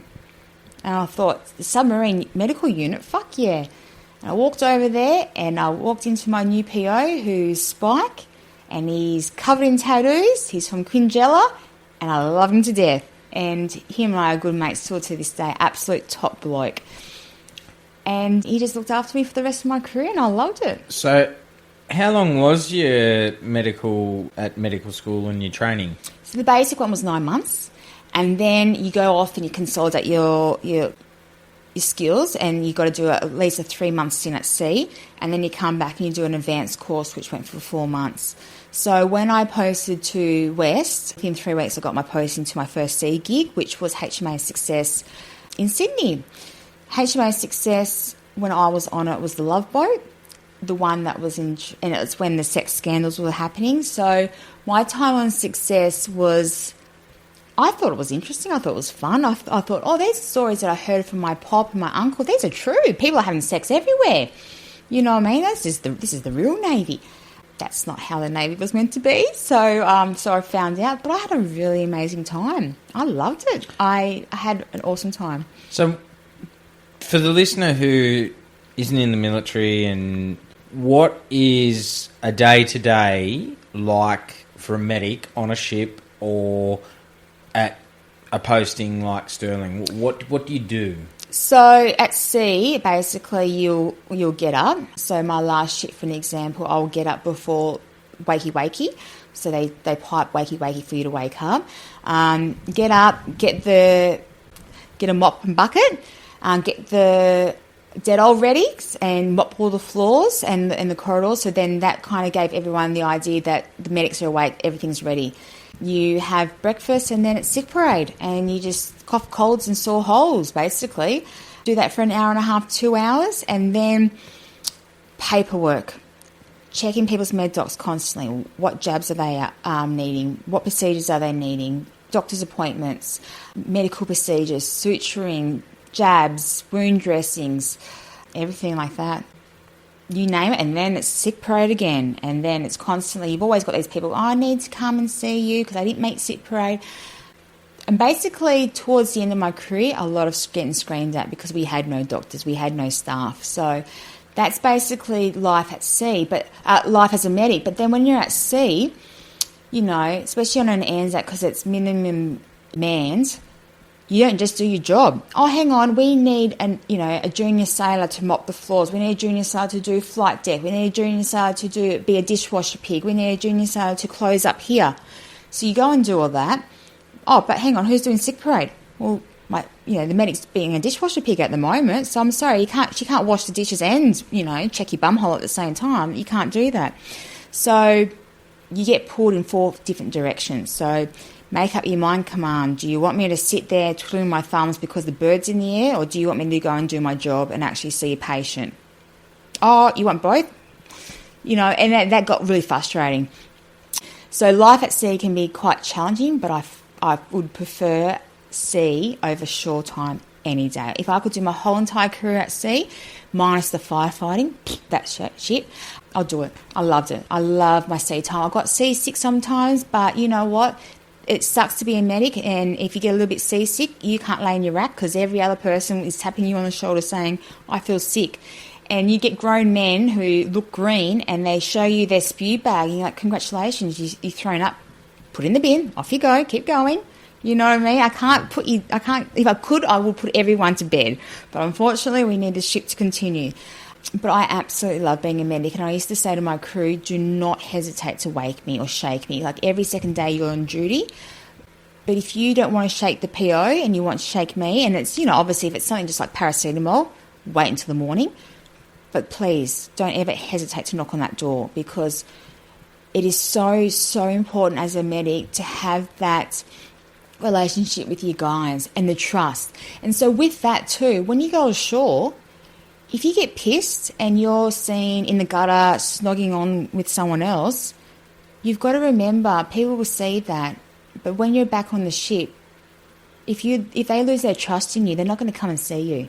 So the way you act when you're on the piss is really important, because you don't want them to lose their trust and respect in you, because you still want them to come and see you. Because, if someone's, got gonorrhea and stuff, they're going to come and see you because they're in pain. But you want them to come and see you when they've got mental health. That is the most important. And I found that extremely important, and I was very proud to have people trust me and come and see me. And, we did a lot of corridor consultations, and, I would say to people, I won't write it in your med docs, but just fucking please come and speak to me. You're not alone. And it's just, I'm so glad I became a medic because I freaking loved it. Well, I want to go forward to a day that you put your medical training to good use and saved a life. And in 2010, on the 30th of October, a day you will never forget, there was a female swimmer that was swimming here in Perth, and she was bitten by a shark. You sprung into action. Talk me through this day. Yeah, so it was just after lunch, and I was on duty on a Saturday at the health centre, and I had my little seaman next to me who's my basic medic. So I just came back from service on my advanced medics course, which means I can do everything myself, essentially. I got myself into a little bit of trouble there, as you do at service. It's not hard. So I just came back to the West, and I was on my best behaviour, and we were pulling people's med docs to check who needed a jab. And the alarm went off. And when the alarm goes off, it goes throughout the whole building. Your sphincter kind of closes up because you think, oh, shit. But I was a shit magnet, just like my fellow medic Spike, and I loved it. Like, I wanted to be involved in every emergency. I flippin' loved it. So I answered the phone, and it was the emergency department, and they said, we've got a casualty at the small boat's wharf. She's been bitten by a shark. And I laughed and went, a shark? I'm like, that's a new one. Okay, well, off we go. And it's amazing. When you're in a safeguard situation, you never know how you're going to act. You can train and train. You can have, people screaming at you. It's not reality. And so when you go through it in a safeguard, you do the duck. You calm on top, shit yourself underneath. So I was very good at talking out loud, which was good for myself, but good for the people around you. But inside, the adrenaline's kicking in. So I said to my BMA, and I said, all right, I've got a shark attack. And she was like, what the fuck? Now, she should not have been on duty. She was 5 months pregnant. So I said, let's get in the AMBO, and I got into the mobile phone to my PO, and I said, I just want to let you know as a courtesy call, we've got a call out, it's a shark attack, we're at the small boat's wharf. And she's like, Karney, don't joke around. I said, no. I said, a civvy apparently got a bum removed. And she said, Karney, are you kidding me? I said, no, I wouldn't be kidding about this. She said, what are you going to do? I said, well, I fucking don't have a big Band-Aid to cover that patch. Assess and we'll go from there. So we got to the small boat's wharf, which is where the clearance divers hang out, and it was a beautiful day, actually. And I got to the wharf, and then there's a big, massive jump to a floating pontoon. And then on the floating pontoon attached to that was this little small boat from Wild Encounters, and they do locally here in Rockingham. They swim with the dolphins. And it was the instructor that had been attacked. And on the floating pontoon, we had the firefighters that work on board the Navy establishment, and it was my favourite crew C. I love those guys, and they were so happy to see me. And I said, how am I going to get from here to there? And they said, just throw your little knapsack, which is a 30-kilo Thomas pack, and we'll catch you. And I was like, okay. And they were fantastic. Got onto the little boat, and the casualty was screaming.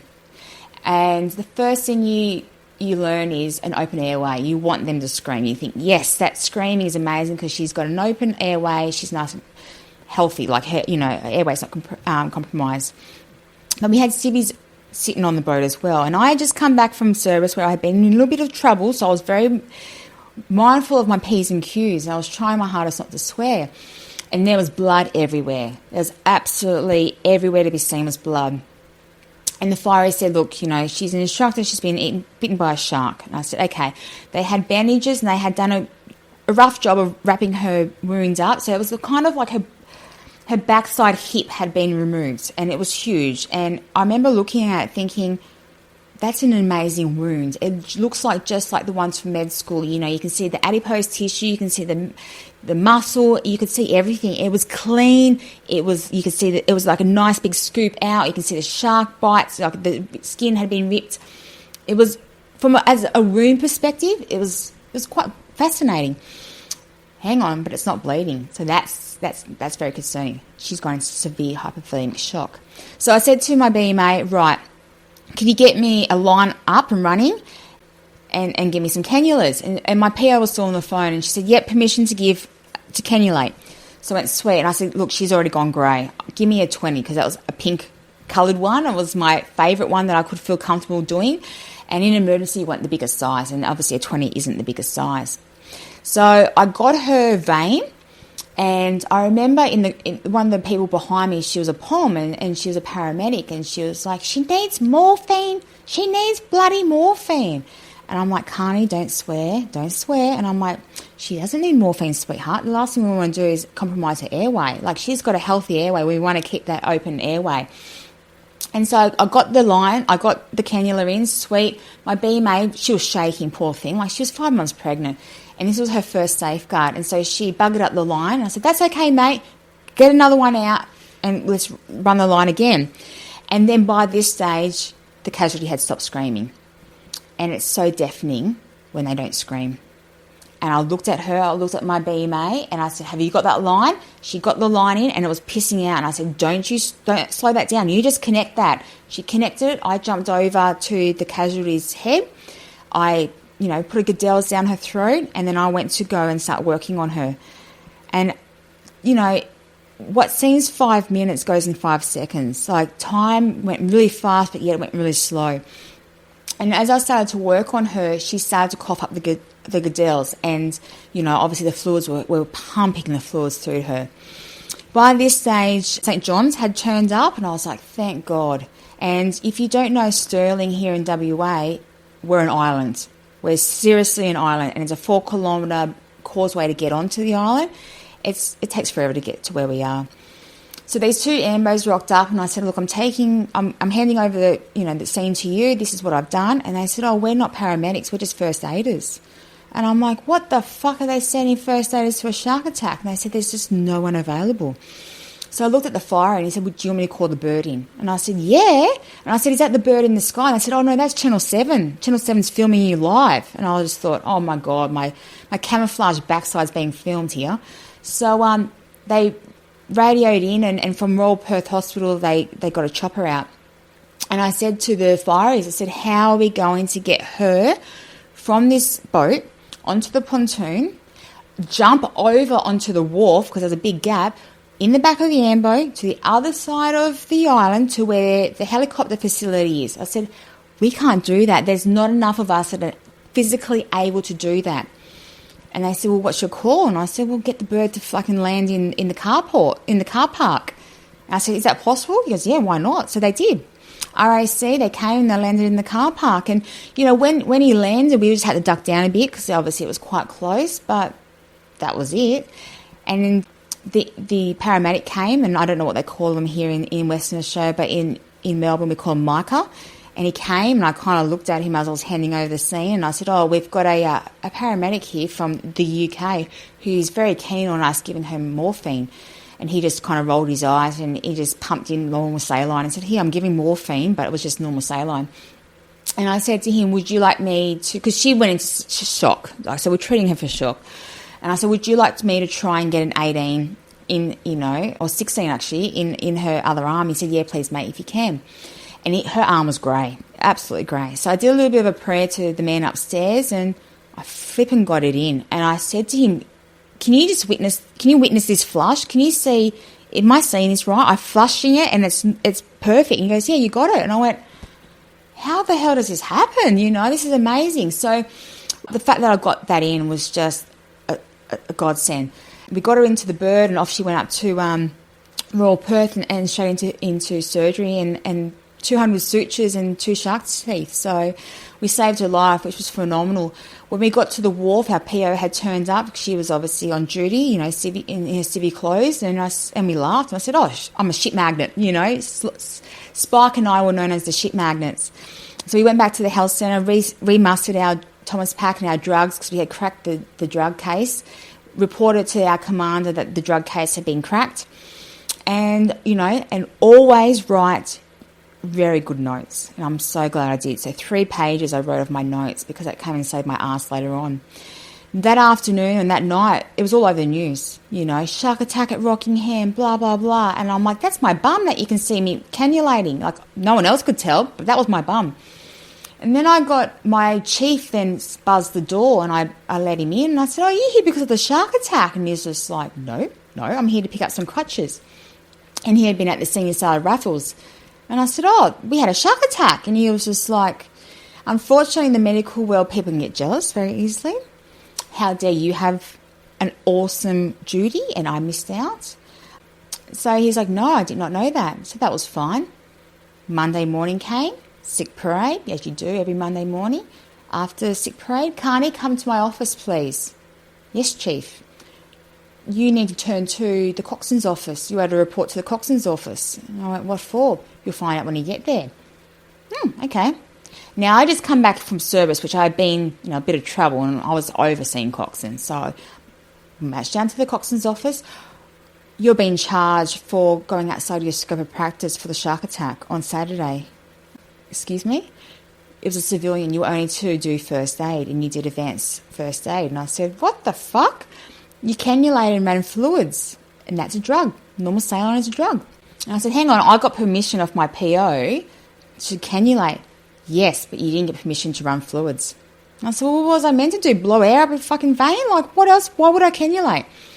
So there you go. I ran in. I got in trouble and got charged. It got dropped later on, but fuck, they put me through the windmill. And it only got dropped because these two submariner medics, Spike and Snads, there was a few meetings involved over this particular subject because everyone had an opinion about it. And he basically went to the captain and said, I want you to make the charge public so then every prick knows not to do their job, or you commendate it, but don't you just walk away and do nothing. And I think what had pissed off command was that when it happened, it was a massive breach in security. They shouldn't have been in our Commonwealth waters. They came into Commonwealth grounds. Maybe we used our resources to save her life. Officer O'Day didn't even turn to the scene. The Officer O'Day didn't even write it in the book that it even happened. We had Channel 7 in the area who shouldn't have been there. No one besides my PO who turned to, and the ranger phoned me. He wanted to know where the shark came from, if he had to get his little tinny and scare it away. But no one of command contacted us because they weren't aware. Until Monday morning when the commanding officer found out there'd been a breach of security. So it was egg on their face. So what happens? Shit rolls downhill.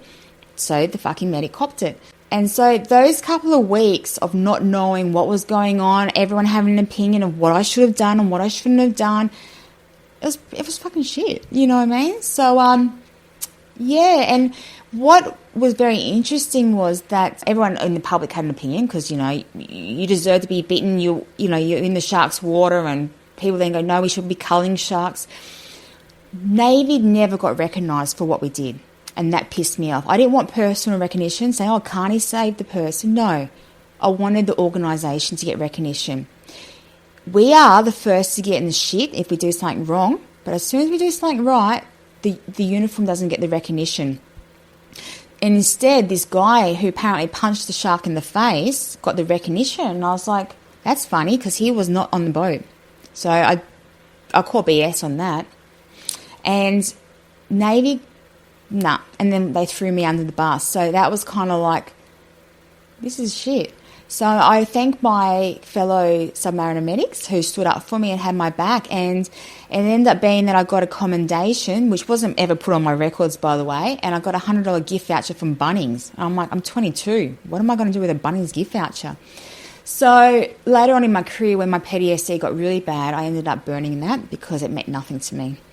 And that's when the OCD kicked in because I micromanaged everything because you never know when the next alarm's going to go off. And I knew that you couldn't even trust your own medical team because they'll have your back. And that was from pure jealousy. I just can't believe that you save a life and you get reprimanded for doing what a medic's supposed to do. Yeah, okay, technicality of civilian, not, someone in defence, but saving a life is saving a life. It's a human being. It doesn't matter what clothes they're wearing. I remember when I was cannulating her, I remember thinking, which I'm so glad I thought about this because now I know what moral compass is. And I remember thinking, if I don't run fluids, she's going to die. There was I nearly lost her. And I'll have to live with that for the rest of my life. Now, I'm glad I ran the fluids and saved her life because how would the Navy have felt if I just stood there and said, no, sorry, I can only do first aid, you're a civilian, and watch her die in front of me while she bled out? Then what? You then tell me, oh, congratulations, you did your job? No. So, I believe in karma, and I later saw my chief later on in life, and he was in the nut farm with me. So I said, hey, mate, we're both in the nut farm. So neither of us, got anywhere. So, look, things happen for a reason. You don't do things for personal recognition. You do it because it's the right thing to do. And it wasn't her time yet. Not on my watch anyway. And I don't regret it. No, I wanted to highlight that and talk about that one because, yeah, it's a pretty rare thing. Well, over here in WA it's not, but you don't hear of many shark attacks, and your training, there's a reason that you train to such a high standard. You saved her life that most probably wouldn't have been saved if you hadn't have been there 100%. because no normal civilian or St John's ambulance has the training that you and the other medics have. So, yeah, well done for that. Thank you. You say, and it's a shame that they didn't put it on your record, and it's such a shame. But that happens, and then so you deploy in 2011 to border operation in Singapore. Can you talk me through this one? So they asked, who wants to put their hand up to go on a small boat? And I was like, mate, any time to go to sea, I'm out. Like, get me out of here. Like, who wants to be a pen pusher? That's not me. So I said, right, where are we going? And so it was a small boat, it was a patrol boat, and they don't have medics on board unless they're leaving Aussie waters. So Julia Gillard was our Prime Minister at the time, and they had just signed the Malaysian deal. And obviously our asylum seeking was fierce, like we had them coming left, right and centre. So in preparation of me going as a solo operator, I had a beautiful PO medic who spent most of his career as a solo operator on HMAS Sirius, Jay Michaels. And he, Jay is tough love, very tough love. And he loved me because I made him look good. And I love people who are black and white, and you knew where you stood with Jay. And he gave me all the information and advice as a solo medic, because I'm an AB medic basically, and I'm going out to be a solo by myself. There's no PO. And so you had to have confidence in your skills. And unfortunately, when you're alongside, you lose your skills. You're meant to be training all the time. You're meant to be going to the gym all the time. In the West, we're the poor cousins. We get no medics. We get no doctors. We get nothing. So the Chief of Navy might say, you're meant to go to the gym 3 times a week, minimum. We get told Chief of Navy doesn't work here because we've got no medics to go to the gym and to keep running the health centre. So you lose your skills very quickly. So I deployed on a SAIL 3, and a SAIL 3 had just experienced a children overboard incident, and there was a lot of, I don't like to say the word broken, but there were different degrees of trauma on board that ship, and a few of them I knew from Success. And some people deal with trauma all differently. Some make jokes out of it, black humour. Some would remove themselves from the room every time it was mentioned. And some were just kind of in denial that it happened.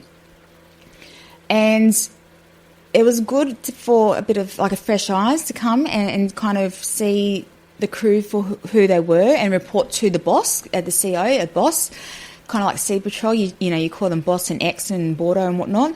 And he was a beautiful captain, Mitch Livingston. Everyone will admit that he's a beautiful individual, and he said, hey mate, I want you to come here with fresh eyes and let me know what my kids are feeling. We've been through some shit. So on the first day we made one person not fit for sea, so that was pretty obvious. And then off we sailed in Darwin. You sweat your backside off in Darwin. So I was just happy to start living this Sea Patrol life that I've been seeing on TV. I loved it. I bloody loved it. I was because obviously there's no job for a medic, so I just parked my bum in the galley and I said to Pringle, you're going to teach me how to cook. And I would peel potatoes, I'll wash dishes, I would do everything. When we go into boarding stations, I would clean and do the whole ship's cleaning stations while they were doing what they did. I remember we had so many asylum seekers that were catching. And I remember at one stage we had one lot, and, it was such an eye-opener. Like, you think to yourself, these poor guys, like they're really, you feel for them. But when you see them waving at you and the intel planes are flying over, they've got their signs, and as soon as they see you, they start hacking their motors. So then they're taking on water. They're throwing over laptops. They're throwing over phones. They're throwing... What the hell? These aren't the people that you thought they are. I thought you had nothing. Hang on, you've got better technology than I do. I'm an AB medic and I can't afford that. So it was a massive eye-opener. The press can twist it all they want. I saw it firsthand. And I remember one case, the intel was that, you know, we had a pregnant lady and she, you could see her throwing her guts up. And I said to the boss, I said, do you need me to go over? And he said, she's still alive. If I send you over, they will jump you, Karney. They will, you're a female and you've got a cross in the arm. You take the cross off, they will know you're medical and they will all jump you. I can't take that risk. She's fine. Medically, she's fine. But you are my priority. You're my crew. And I'm so glad he made that choice, because what we know from other instances, of course, they would have jumped me. They would have, you know, it was not, they're not ones that you want to be left alone as a female. And with my past history, I don't want to be in that situation again. So I take my hat off to the guys that have done patrol boats. Honestly, they are forgotten about. Medically, there's no med docs on board. I had no heart start. So I'm like, what do you want me to do? Do you want me to just assume someone's having a heart attack and just, that we had no equipment. So these guys are being exposed to people from different parts of the world that could have all sorts of diseases. And they're getting medicals, once every 5 years because they're young? Holy dooly, we're letting these guys down medically. They need to be psych assessed more often. They need to be medically checked 6 to 12 monthly, because they're coming in contact with all sorts of diseases, let alone what they see. And, there's incidences that we know that the asylums have blown up Australians and, all that kind of stuff. And we need to do business better as a nation and as a Navy, because holy dooly, those guys that have done border patrol, they've seen some shit. Bodies taken them out of the water, and what do they get in return? Nothing. They've seen the psychs. No, they haven't, because we're so far behind with our psychs. Paperwork gets miscommunicated. Med docs don't come on time when they post in, and a lot of people don't get post-op psych referred, and this shit gets unseen. So I reckon that's something that the Navy should really kind of be a bit upset about, because the way that they've looked after their patrollees and those people and what they've done for Australia is an amazing job. But what they've been exposed to medically and psychologically is huge. And we are now seeing it, because they are now retiring broken and mentally broken. And, as far as TVA is concerned, that wasn't active service. You went in a war zone. Okay, mate, whatevs, We'll see how you go, Matt Keogh. You put yourself on a patrol and see how you go with that. So, no, it was a beautiful crew. We had some ups and downs. We went to Singapore. And one thing our CO said is, if one person gets into a fight, I want the whole bloody boat to get into a fight, because we're a family. And, all 24 of us, we're family. And I'm still close to half the crew now. It was a wonderful experience, and I'm just so glad that my old PO, Jay Michaels, he gave me all the help to set me up for that successful deployment. And unfortunately, he took his life a few years later, while still in uniform, at HMAS Cairns. He was found dead 4 days after in his rack, and I'm just very, very lucky that he imparted his medical knowledge onto me, so that deployment was a success. So you have that deployment, pretty rewarding deployment for you. You come back, and then I want to go forward to 2016, when you were diagnosed with PTSD, and with everything that you'd seen and been through, and shark attack and all that sort of stuff. And did that come as a shock to you when you were first diagnosed with your PTSD?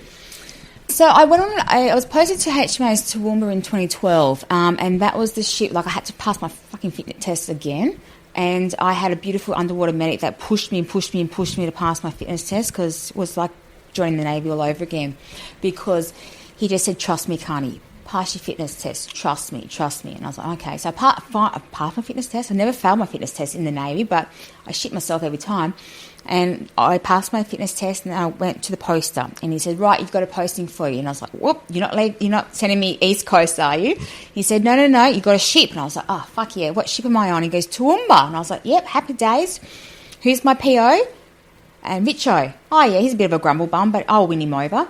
And where are we going? To the Gulf. And I went, you fucking beauty, I've won the lotto. Yes. and you'll get your hook after the trip. And I was like, cha-ching, cha-ching. And then I thought, I'm going to push the envelope again. And I said, I don't really care much for this posting, which I did. I want to go to the regiment. And they laughed at me. Why the fuck would you want to go to the regiment? And I said, well, why not? Let's try service. I said, you're telling me that Army guys bleed differently to Navy guys? And they said, right. And they would not let me. I've been fighting for the regiment for years. Dad had already set it up at his end of the deal. Navy just wouldn't release me. And so they said, right, you do this golf trip for us, you get your hook, we'll post you to the regiment. And he said, have fun with those, amazing individuals, because obviously there's a lot of ego with some people when it comes to the regiment blokes. And I was like, you beauty, my dream is going to come true. All I want to do is work with these regiment boys. So I went on to Toowoomba. My PO was an top bloke. I love him to death. We made the best team. And the ship that we were on, they had just come back from the Gulf. The trip they just came back. They had 2 of their members kill themselves on board the ship. The first one was a hanging. And once again, it was the day before Good Friday, so Holy Thursday, and it was knock-off time. And the alarm bell went off. And duty medic was taking over from our stay hands. I answered it. And it was a guy, and he wasn't giving me all the information. He said, there's a casualty on board HMAS Toowoomba. Okay, is the casualty breathing? I don't know. And I'm like, fucking, what do you mean you don't know? Has he got an airway? What the fuck, And he said, I don't know. You just need to get down here. And I was like, fuck me. So I hung up, and all my officers were around me, and I said, don't know. All I know is that we've got a casualty on HMAS Toowoomba. In the meantime, the officer day had made a phone call to our OIC and said, there's a fatality. So off I went with my PO and a seaman medic who had never done a safeguard before, and we went to the ammunition wharf. And I'm hooning along, and my PO said, do you want to slow down there, Karney? And I said, why? He said, see those big fucking long things? They're called torpedoes. And I was like, oh, fuck, that's right. They're bombing up because they're going to war. Anyway, because they had torpedoes, we can't use radios. We can't use mobile phones. We can't. So it was old school communication. And the PO said, look, I'll stay in the truck, in the ambo. You and the seaman go on board. And I'll take my hat off to the Toowoomba crew. They had just come alongside finishing the last bit of their workups called URA before they go off to the Middle East. They ran that safeguard perfectly. I got up the gangway. I was met by the passer. The passer's the highest in charge of our category. He took me down aft and then took me down to 3 Micah. The senior medic was already on the scene with the doctor, and CPR was already in action. And we were there to assist. It was surreal. I looked at my seaman and she went to water. Like, of course, there's a dead body in front of us. Not that it's just a dead body. It's one of our own. And he had died by his own hand. So I was comforting her, and the coxswains were there, relaying, information up to the passer and so on and so forth. 3/4 of the ship didn't even know what was going on, which is, it just tells you how well they ran that safeguard. Absolutely amazing. The heart start ran out of batteries, so we gave them their hours. We rotated through CPR, and I didn't physically do CPR because the medic and the doctor, obviously, it's their patient, it's their family. It's, of course, you want to do everything you can. The doctor was only a baby doctor, so once we get our baby lieutenants, they're registrars, and they get flogged at sea. And so this poor registrar, who's learned to be a GP, one of his crews just committed suicide. He just has hung himself. So finally, paramedics come on board, and 40 minutes later, and the doctor said, look, I don't want to make the call. I want the paramedics to make the call. And they said, well, he's deceased. So then I remember I went back to the health centre, and my mum was over at the time, and she was waiting in the car park. And I came back to the health centre. It was just the duty medic. And I'm like, hey, mate, where's everyone else? Oh, they fucked off for the long weekend. Oh, sweet. Oh, I'm okay, guys. Just a dead body. Someone's just killed themselves. Just another one to add to the suicides. We were having people drop left, right and centre at Stirling. Suicide after suicide after suicide. And it was eating away at me. So when I went on to HMAS Toowoomba, it was critical that Richa and I, my senior medic and I, were all over our crew. The crew should have been 100% changed out, but no, it was like 50% of the crew stayed on board to go and do another golf trip. They had just had 2 of their members kill themselves on board. The other one put a gun to his head. And so it was vital for us to have our ears to the ground and see any red flags and so we can be on top of it. And with that meant that I had to really inject myself into the crew. And, you know, if you know anything, there can be a bit of tribal, you know, when it comes to the juniors, when it comes to the ship. And, you know, the stokers in particular, they have a stokers table. And I remember my PO said, Karney, I want you at lunchtime to sit on the stokers table.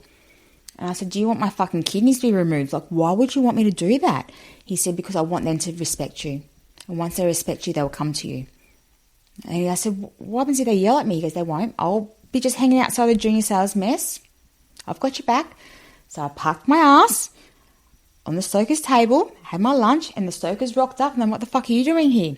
I'm eating my lunch. This is our table. And don't see your fucking names on it, mate. I said, there's no medic's table. So they went, all right, move over. So they moved over, and I'm eating my steak. And then after, I'm like, okay, guys, I'm finished now. Can you get up? Thank you. Enjoy your lunch. Off I go. And I walked out, and I was like, fuck me, I did that. But once again, it was, oh shit, she actually did that. Therefore, I got their trust and their respect, which meant that they could feel vulnerable with me and open up to me. And like I used to always say, shake me whenever you need. And people started to open up behind that closed doors. And behind the sick bay doors, you'll be surprised what happens. We had people having, you know, heart attacks, doing the funky chicken, crying, positive pregnancy tests, all that kind of stuff. You never know what happens behind the closed doors of a sick bay. So the crew on Toowoomba, I really love that ship. That was my favourite ship because a lot of people were hurting, and it was important for us to work together as one. And when we were doing workups, they're long days. You got green team on board just smashing you. And the reason for them smashing you is so you know how to fight in a war zone. If you come under attack with a missile and you're taken on water, you need to be able to run a ship. And you need to be used to people screaming at you while you're doing a CPR and whatnot, while on a moving platform. So it made sense that they were doing their job. Like me, I would get so scared, like, where's this next exercise going to be? So I would bribe some of the green team with lollies so they could kind of let me know what compartment I should be in, at what time roughly, because my anxiety would get to me. And then I found out I was getting really tired, and I thought, well, I was getting very short and snappy, and I was thinking, why am I getting short and snappy? It's probably because we're doing 18-hour days. And my PO said to me, I think you're pregnant, Karney. And I was like, fuck off, I ain't pregnant. And I went in a chopper, and we did a bit of an emergency landing for real, which was a bit of an eye-opener. And sure enough, I remember one night I was at flying stations at sea, and I thought, I've got to stay awake all night because, medics don't get crew rest. What am I going to do? I've got a sick bay to myself. Maybe I am pregnant. Let me just do a pregnancy test. And when it came up positive, I was like, get fucked. How am I going to explain this one?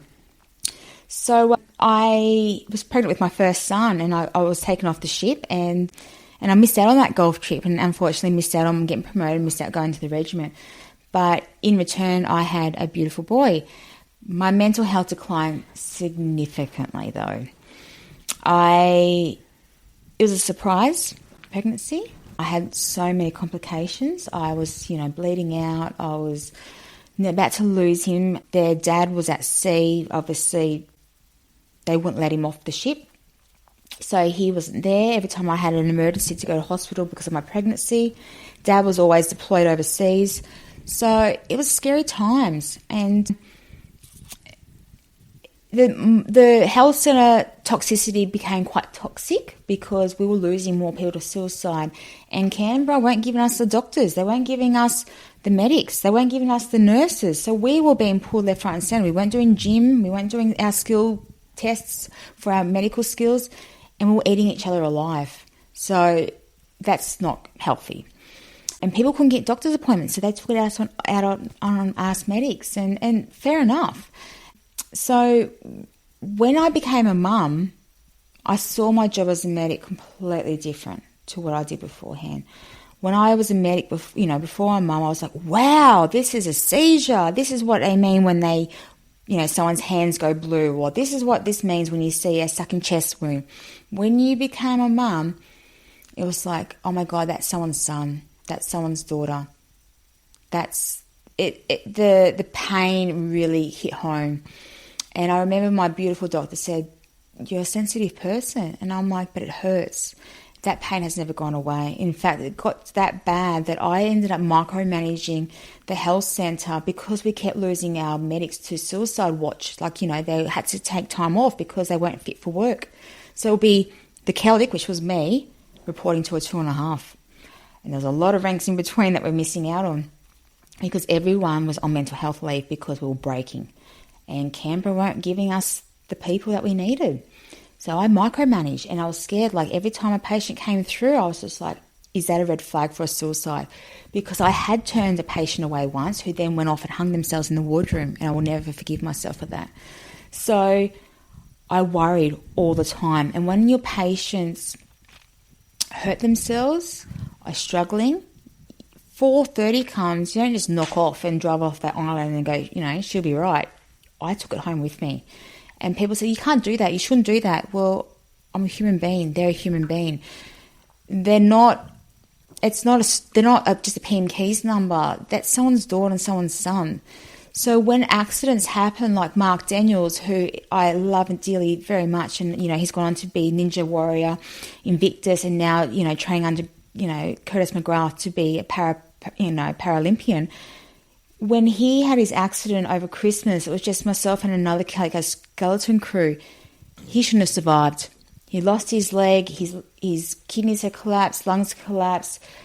There was no way he should have survived. And, writing up the signals every day to Canberra saying that, right at this second, he's a VSI, he's a very serious injury, but, come lunchtime, he's probably going to be dead. Taking that home, and I remember one night coming home from work and just having a shower and collapsing on the floor in the shower because I didn't want Mark to die. He's a mate of mine. And I often remind Mark and say, you're a miracle, mate. You shouldn't, what you've survived is, terrific.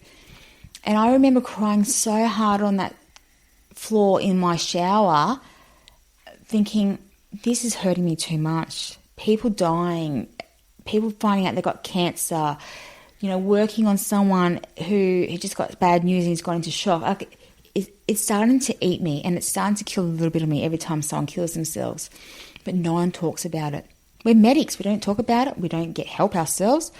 Our bosses who are doctors and nurses, they're not sitting down with us saying, let's talk about it. Because we're fucking hypocrites. That's why. And if I'm crying and no one else is crying, does that mean I'm weak?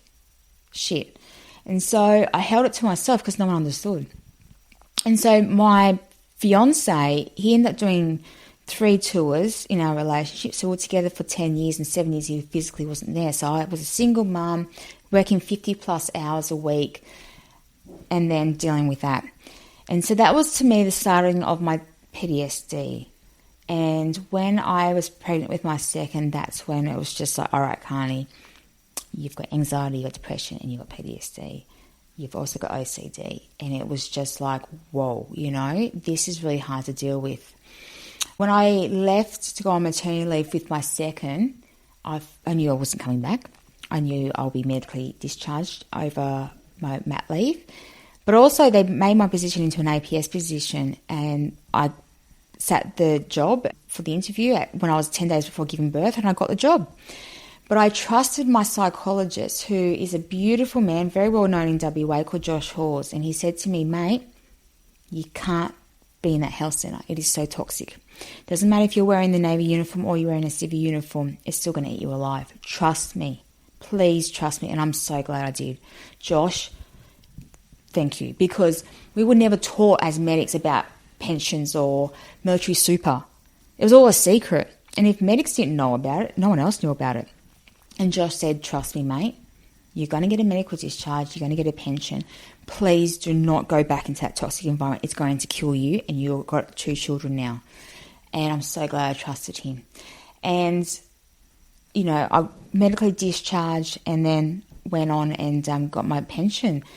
But I also in that time started training for the Invictus Games to give me a kind of a bit of a direction of what to do once I got out of the Navy. And so I went on and started training for Invictus.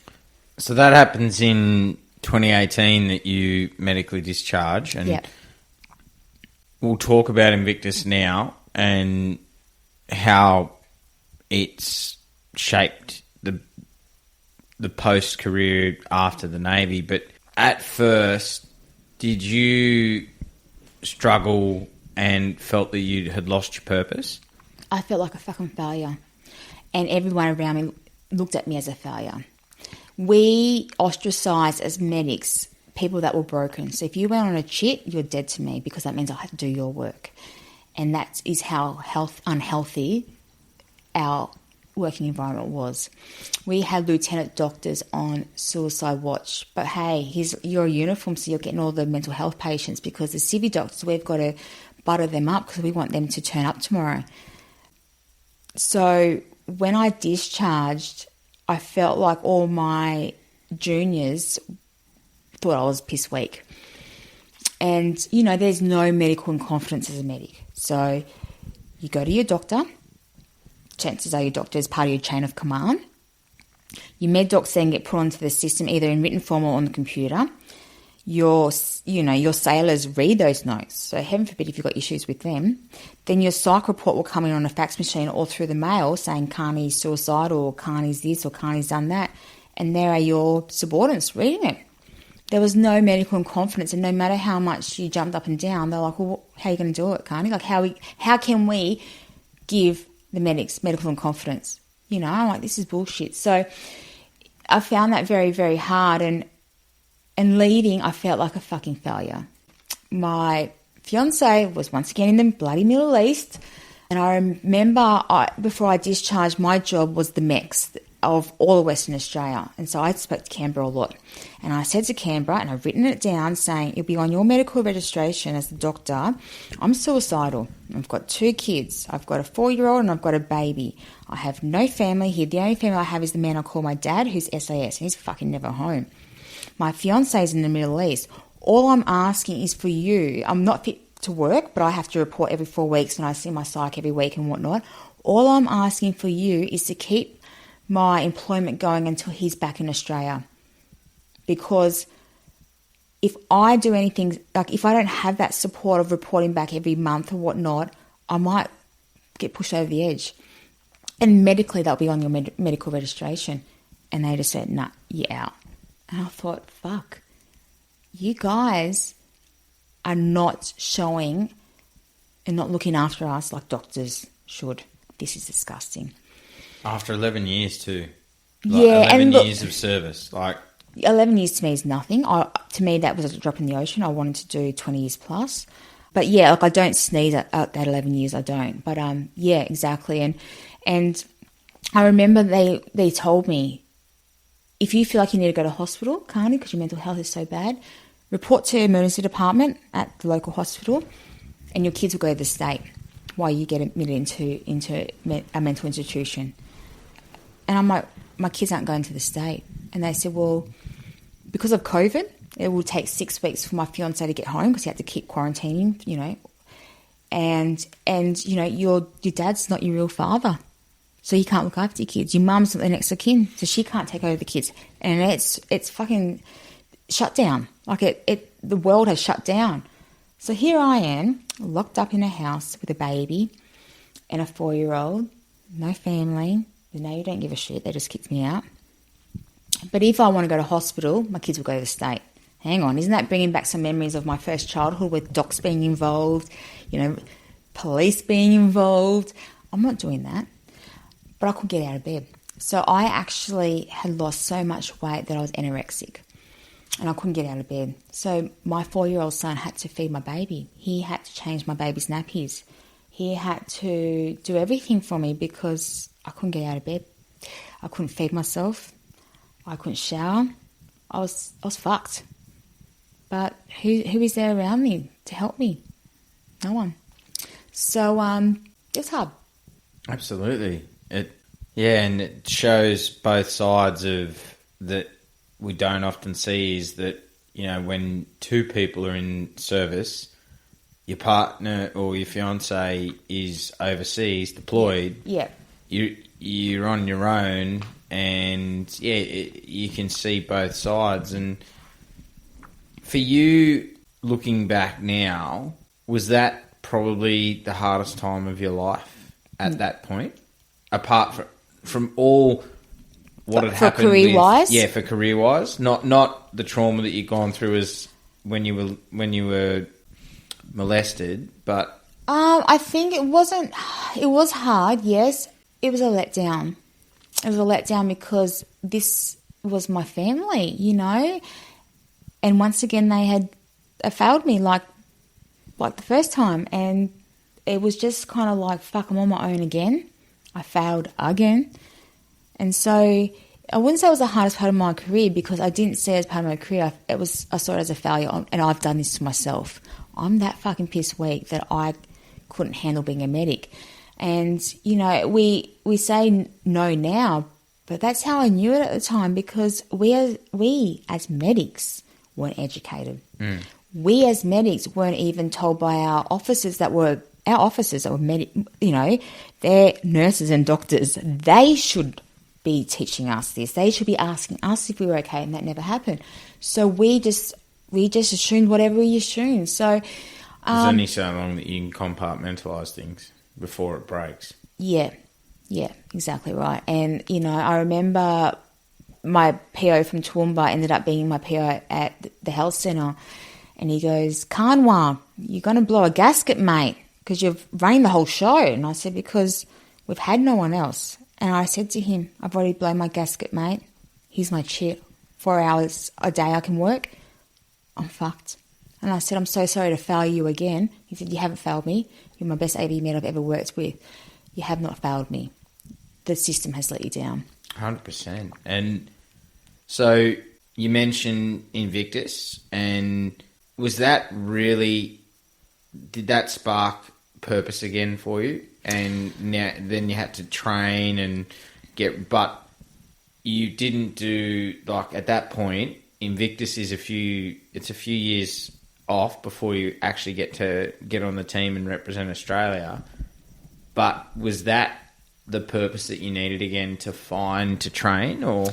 Yes and no. So the purpose behind it was I never wanted to do Invictus because I hate fitness. But when I sat down when I was on maternity leave, I sat down with two of my patients and who were very good mates of mine, and one was the coach for the Toronto team, for the Toronto Games for the Australian, and the other one was a patient of mine who had a stroke right in front of me.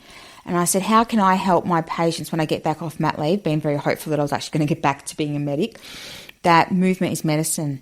And they said, by showing that you can do it yourself. Everyone knows that Karney hates fitness. Everyone knows Karney hates, he struggles with her weight.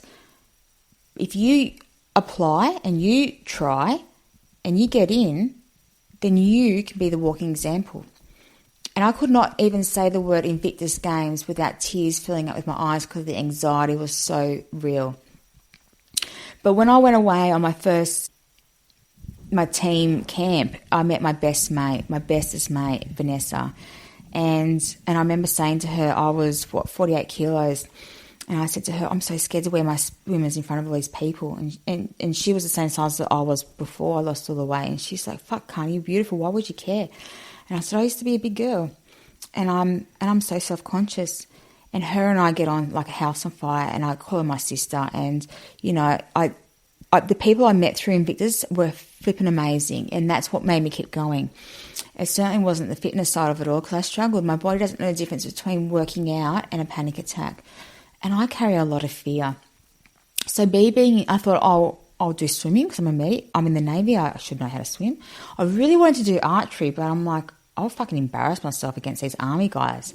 So I never bothered to do that. So it was the stories along the way and the people I met along the way that kept me going. But I never forgot the reason why I did it or why I was doing it. Is to show people here in WA that if I can do it, then anyone can do it. It doesn't matter if you're running and you're chafing in between your legs because your thighs touch. or that when you do push-ups, you know, your sweat's coming off your nose. That's me. I get that. Or when you're running, you feel like you're coughing up blood. I get that. You're not a failure. Movement is medicine. So when I finally got into the bloody team after 6 years, it was a shock. You know what I mean? It was going to be my last time trying, and it was a shock. And when I got in, it was surreal. Should we stop? So you try out, you get into the team, and you go to Germany. And talk me through what that was like, getting onto the team and representing your country, what it meant to you. It was great to finally wear the green and gold, that's for sure. You know, the lead up to it wasn't easy. I'm not going to sugarcoat it. There was some, some issues within the management team and the team itself, but that happens with anything. But, you know, I had another representative here from WA, and, you know, he's a top bloke and, you know, had my back the whole way through. So I was very grateful for that. So when we got to Germany, my 6-year-old son, Spencer, came over, and we flew the KC-30 on the way over, and 33 Squadron was absolutely amazing. I got to see my dream job, which was a flight attendant in the Air Force, and I was like, damn, that would have been an amazing job. Like, I love being a medic, don't get me wrong, but that's my dream job. Like, it looked amazing. So, no, they were fantastic. And when we got to Germany, they gave us a rock star welcome. Talk about making us feel famous. Like, there was clapping everywhere. We wear our green and gold everywhere we go. Cameras were everywhere. Police. It was the real deal. Dusseldorf is beautiful, which is where we stayed. Unfortunately, we had a bit of a hiccup on the way over. My beautiful father, he got through customs in Perth, and they told him to step aside. And unfortunately, on his passport, it said it has to be destroyed on the spot. So Dad's luggage got taken off the plane, and his passport got destroyed. So we flew off without him. And talk about, I was crying my eyes out, don't you get me wrong. And Dad's just like, I'll fix this up. And I'm like, I hope so. So as we were flying over to Germany, I was just hoping Dad would get this sorted out, you know what I mean? So the first couple of days when we were in Germany, I was actually staying with the family and friends hotel with my son, because Dad was en route to from Perth to Germany, and the athletes were in a different village. And my partner at the time, Matty, who's an ex-Navy guy, and he was the co-captain in the Sydney Games. He's a T6 paraplegic from his time in the Navy, and you know, he's gone on to be a 2-time world Ironman, and currently now he's training to be the first sit-down biathlon for Paralympics. So, you know, fingers crossed he'll get that, and I know he will, because he's just mind over matter. And he was my trainer for my 100 metres in a chair, because we have nothing in Western Australia. You know, we've got no adaptive sports. There's nothing for veterans. You know, we've got the Submariners and we've got the SAS, but Matt Keogh, I don't know what you're doing over here, but we've got nothing. So I had to fly from Western Australia to Adelaide, and I was just so grateful and so lucky to be dating a 2-time world Ironman. So I had 3 weeks training with him, and so just days leading up to the opening ceremony, I was just out on the track trying to, you know, get used to the weather, because it was quite bloody hot over there, but also getting my race chair back in alignment. So when Dad did rock up, we had a few cold beers and laughed about the stories of, you know, him finally getting to Germany. But the opening ceremony was amazing, you know, front row seats, Australia being the first country, saw, you know, Prince Harry in the flesh and blood, my future husband, and it was fantastic. Day one was the big race for me. So my 100 metres race was kind of had a bit of a profile to it, because for the first time we had Australian females in chairs. And so myself and Ainsley, who's ex-army lady, we were the first Aussies to be in chairs. And Ainsley has an amputation of her leg. But once you're sitting in a chair, it doesn't matter if you've got 2 legs or 1 leg, because it's all got to do with your core and your arms. So basically, it was the Americans versus the Aussies, essentially. So I'm like, come on, we've got to do this. It was in the middle of the day. It was bloody hot. It was so hot. And I had my dad, my son, and my partner in the crowd. And for the first time ever, Dad was able to watch me do sport because he's never been there. And, you know, he's not my biological dad. I've known him since I was 4, but, you know, for the first time I had called him Dad to his face was at Perth Airport as we're going to Germany. That's the first time I called him Dad to his face because I was too nervous. I called him my old man behind his back and whatnot. But I only said, I was 35 for the first time I called him Dad to his face, because in my head, he's this SAS guy and I'm someone that struggles with their weight and fitness, who couldn't even pass the PFT to get into the Navy. I felt like I wasn't good enough to call him Dad, and which we all know now it's BS. So I was so honoured that he came from WA to Germany, and my 6-year-old son and that my partner, like, you know, Maddie was there. Very surreal for Maddie to be sitting in the crowd. Normally it's him always competing, but it was great for him to be, not the participant, but a spectator. So as I was getting my chair ready, I had a hot pink helmet because my colour is pink. And I, from being from Western Australia and Dad being SAS and my other peer from Western Australia who had just left the regiment only 2 years prior, what's going on with the regiment at the moment is very close to our hearts. And I decided that I was going to wear a sticker on my helmet, and I knew that my race was going to be televised. And, you know, it's over there, it's like the Olympic Games. So when they introduce you, they do a face shot and you get publicised everywhere.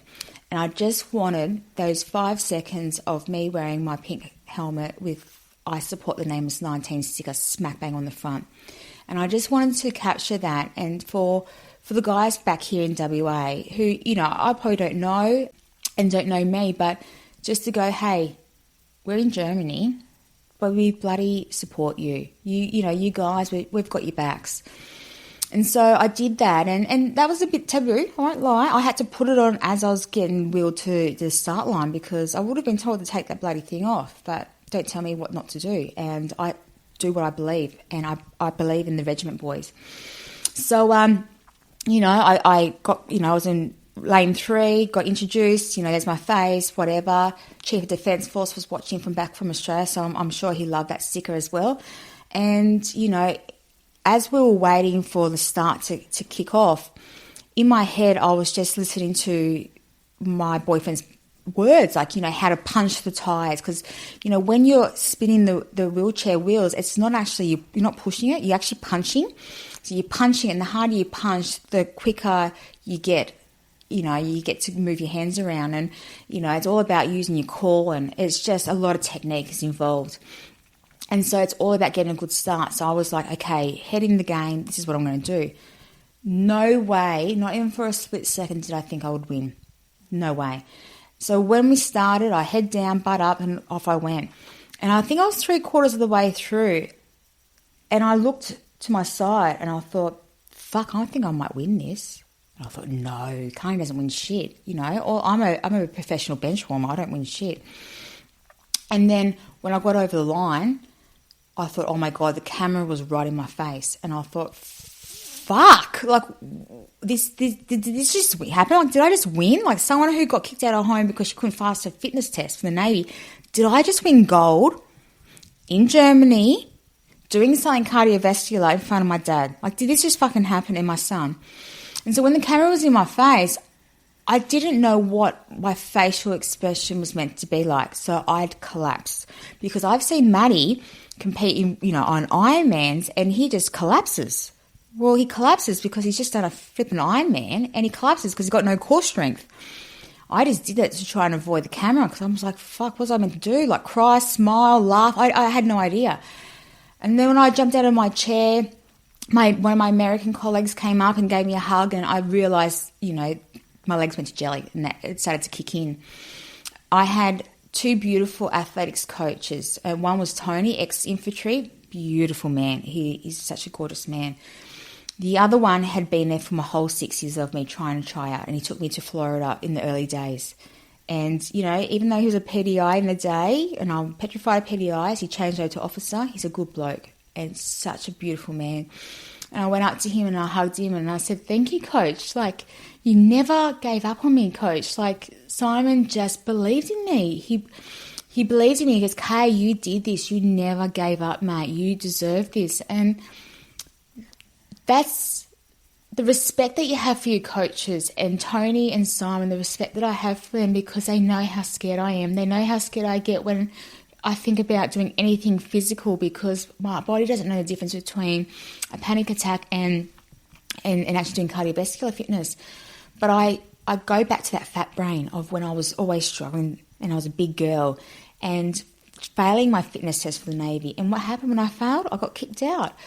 So it's a real fear of mine. And we proved it tonight doing your first ice bath with me. So you've overcome another fear, and it's beautiful. It was a beautiful thing to watch, and I've watched your race, and I watched it and saw that win, and to say that I was proud of you, and I'm proud of you for what you did tonight. And I think there's a message here, Karney, that if people listen to this, embrace that fear and use it for good. And you've done that on numerous occasions, and you won a gold medal.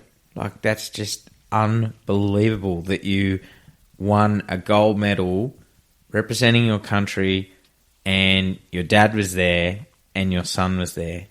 It's pretty special. Yeah, and the best clip that I have had from the Invictus Games was when I came off the track and hugged Dad and Spencer and Maddie for the first time. And Dad, he had tears in his eyes. Like, this big SAS guy who's celebrating 40 years in the SAS this year, he admits he cried.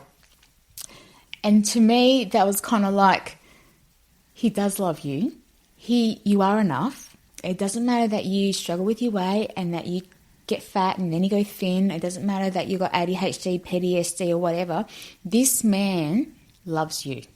And it doesn't matter what his occupation is, you know, he loves you and you're enough in his eyes. And that moment of him hugging me, and you could hear the tears in his eyes when he was, you know, congratulating me, is something that I'll go to my grave with, because I've never thought I was good enough, and I never thought I was good enough for anyone in my family, particularly this man that I love and adore so much.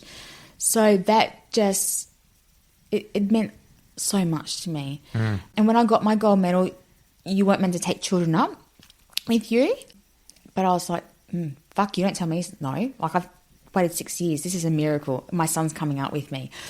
And, you know, even though he looked like a deer in headlights, he took it all in, and he remembers it to this day. He also remembers me being embarrassing and taking photos of Prince Harry, but that's another story. But I wanted everyone else to see that if you want something so badly, if you believe in it, it will freaking happen. It's mind over matter. And someone who has been molested multiple times throughout her life, belted, strangled, abandoned, you know, kicked out of home, lived in the back of her car, you know, kicked out of the Navy, you know, single mum on her own. Here I am. Did I just get gold? You know what I mean? But I got to hold my son's hand when in front of the cameras with my Australian flag, like with my dad. With my dad, who's not my dad biologically, yes, but he's my fucking he's dad. Your dad. My hero. He's my fucking hero. And, you know, and my partner, you know, Maddie, who's a 2-time world Ironman, proud as freaking punch. Like, that meant the world to me. So I went on the next day and got silver instead of shot put, which was just absolutely amazing. I told Dad and Maddie and that to sit in the arena where it's air conditioned, because Maddie, being a paraplegic, can't sweat below his injury line. Didn't think I was going to win, and I won that. I dropped bronze in archery, which is my baby, but I got into my head. But you know what? That was a day I won't forget either, because I learnt so much, and I gained a really close friend, a UK lady called Lindsay, who is just a beautiful, beautiful individual. But Invictus was exhausting. It was great. It was big. I loved what the Invictus Foundation are doing. The Aussies can do things a bit better, I must admit. Mental health, they can do that a bit better. But what Prince Harry is doing is flipping fantastic. But when I did come home from Invictus in September last year, I came home and I crashed. And I crashed really hard. I never experienced loneliness as an adult. I came home. I was exhausted. I looked around. My relationship had terminated not long after it came back to country. And, you know, my good friend that I went over with from WA, you know, he and I, we went our separate ways. And I thought to myself, what the fuck am I doing? I can't handle this pain anymore. Loneliness is fucking painful. Invictus is finished, and I think that was, in a way, I was holding on to Invictus because of defence. It still had that defence element to it. For the first time in my life, I don't have defence around me. Like the boy's father is still military and we're separated, but I'm not in the military anymore. What's my next goal? I'm fucking fully retired. I've got PTSD, I've got a service dog, I'm single, I'm in Perth. What the fuck? Like, what? I'm going to die alone. And it hit me really, really hard, and to the point that I wrote my Dear John letters, and I had my goodbye letters. I've written them all, and on the 26th of September last year, I had all my pills out, and I started checking out, and I took half of them, and Ivy, my service dog, she lost her shit. She was hitting me with her nose. She was barking. She was taking the drugs out of my hands. She was on the table whipping them off. She really did shit that I didn't think she would do. And I remember she was looking into my eyes, and I was just crying, going, Ivy, it's fucking over, mate. Like, it's over. I can't do this anymore. Like, I can't handle this pain. I'm going to die, and no one's going to fucking know for days. It'll just be like, you know, my old PO medic who took 4 days to find. And I was just like, well, that explains, you know, why I'm doing this, because fucking life's lonely. But I could not justify, towards the end when Ivy was carrying on, I couldn't justify why Ivy deserves this. She lives for me. Everything she does is for me. And Ivy is going to witness me taking my last breath. She doesn't deserve that. So how the fuck did Ivy tell me, who's a stubborn individual, to not kill herself, when other people in the past haven't been successful? Like, you know, I've told people to go fuck themselves, and, you know, I've gone to med school. I've sat inside of a psychologist's office saying, you know, you don't think I'm fit to be a medic, but you're fit for a submariner. I'll just sit here until you change your mind. Like, when I've got my head on want to do something, I fucking do it. How did this canine dog, ex-border force dog, convince me otherwise? I still don't know. And for months and months and months later, I took it out emotionally on Ivy. Christmas Day, I'm like, fuck, I had no wrapping paper for my boys because I wasn't meant to be here. And often I would say to Ivy, well, why the fuck did you save my life? You know, why the fuck? Why am I still here? But I know I'm here for a reason, but every day is hard. It really is. And, you know, and we laugh, you know. I went into Bethesda afterwards with my psychiatrist, who's single-handedly saving lives here in Western Australia, Dr. Richard Mattengard. He's amazing. And we had a ward for veterans and first responders. And, you know, it was flipping amazing. All the nurses there were trained. They knew how to handle veterans and first responders. We had Dr. Mattengard. We had art classes. We did exercises. It was just amazing. Ivy just did Ivy, and Ivy was hugging everyone, and I did Karney and ran it like a health centre because that's what I do. I had old, you know, 50-year-olds colouring in because what happens on Ward 2 stays on Ward 2. I had them walking around the ovals, getting their, you know, the exercise on. And that ward saved us. It really did. And to know that ward is no longer existent because it closed, and unfortunately our government hasn't got a backbone to help us get that back, it's crippling, and it's a disgrace, because here in Western Australia, when we've got a Royal Commission that's just happened, we've got the SAS, we've got the, you know, submarines, nuclear subs coming.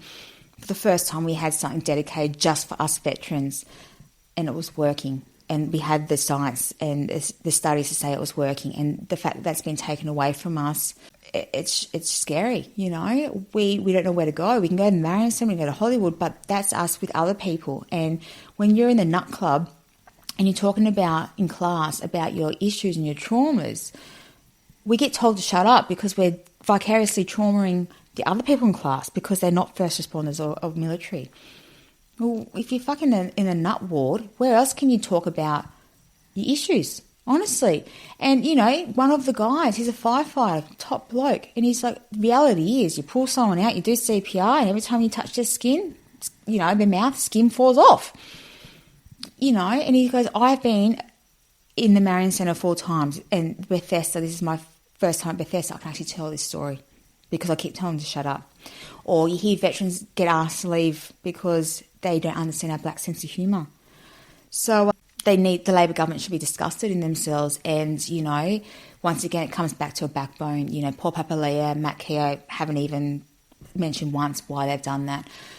And, since the Invictus, since I've got an Ivy, I do a lot of stuff on TV because, I guess I tick the boxes. I'm a female, single mum, I have a service dog in Western Australia, and it looks the part that they want. But I'm not backwards from coming forwards, that's for sure. And, I like to tell politicians what I think. And Paul and Matt aren't good friends with me. They don't love me as, I tell Paul Papalia and Matt Pierre exactly my thoughts. But, if you're a veteran, you're our family and you need to have a backbone, and we need support here. We have the regiment and we have the Submariners, and when shit goes wrong with these guys, it goes wrong really quickly, and we can't have a defence force without them. So why do we have nothing here in Western Australia? So the government is letting us down, and unfortunately the suicides are happening. We are dropping like numbers, and, I've lost a very dear friend as a result, and it fucking breaks my heart. And I can tell, because you're now in the advocacy space for veterans, for first responders, and as you've mentioned, Ivy saved your life, and now you're doing so much for service dogs and bringing awareness and advocating for awareness to businesses and also the general public of just what service dogs can do for veterans. And I've seen them around the country. I've seen them with other veterans, and a good friend of mine, she's got a service dog as well. And so for the listener who doesn't know Karney, can you talk to me a little bit more, and the listener, about the training that is involved with service dogs and your hope for the future of just educating businesses and also the general public about service dogs? Yeah, so a service dog is no different to a guide dog. So, a guide dog helps someone who is visually impaired.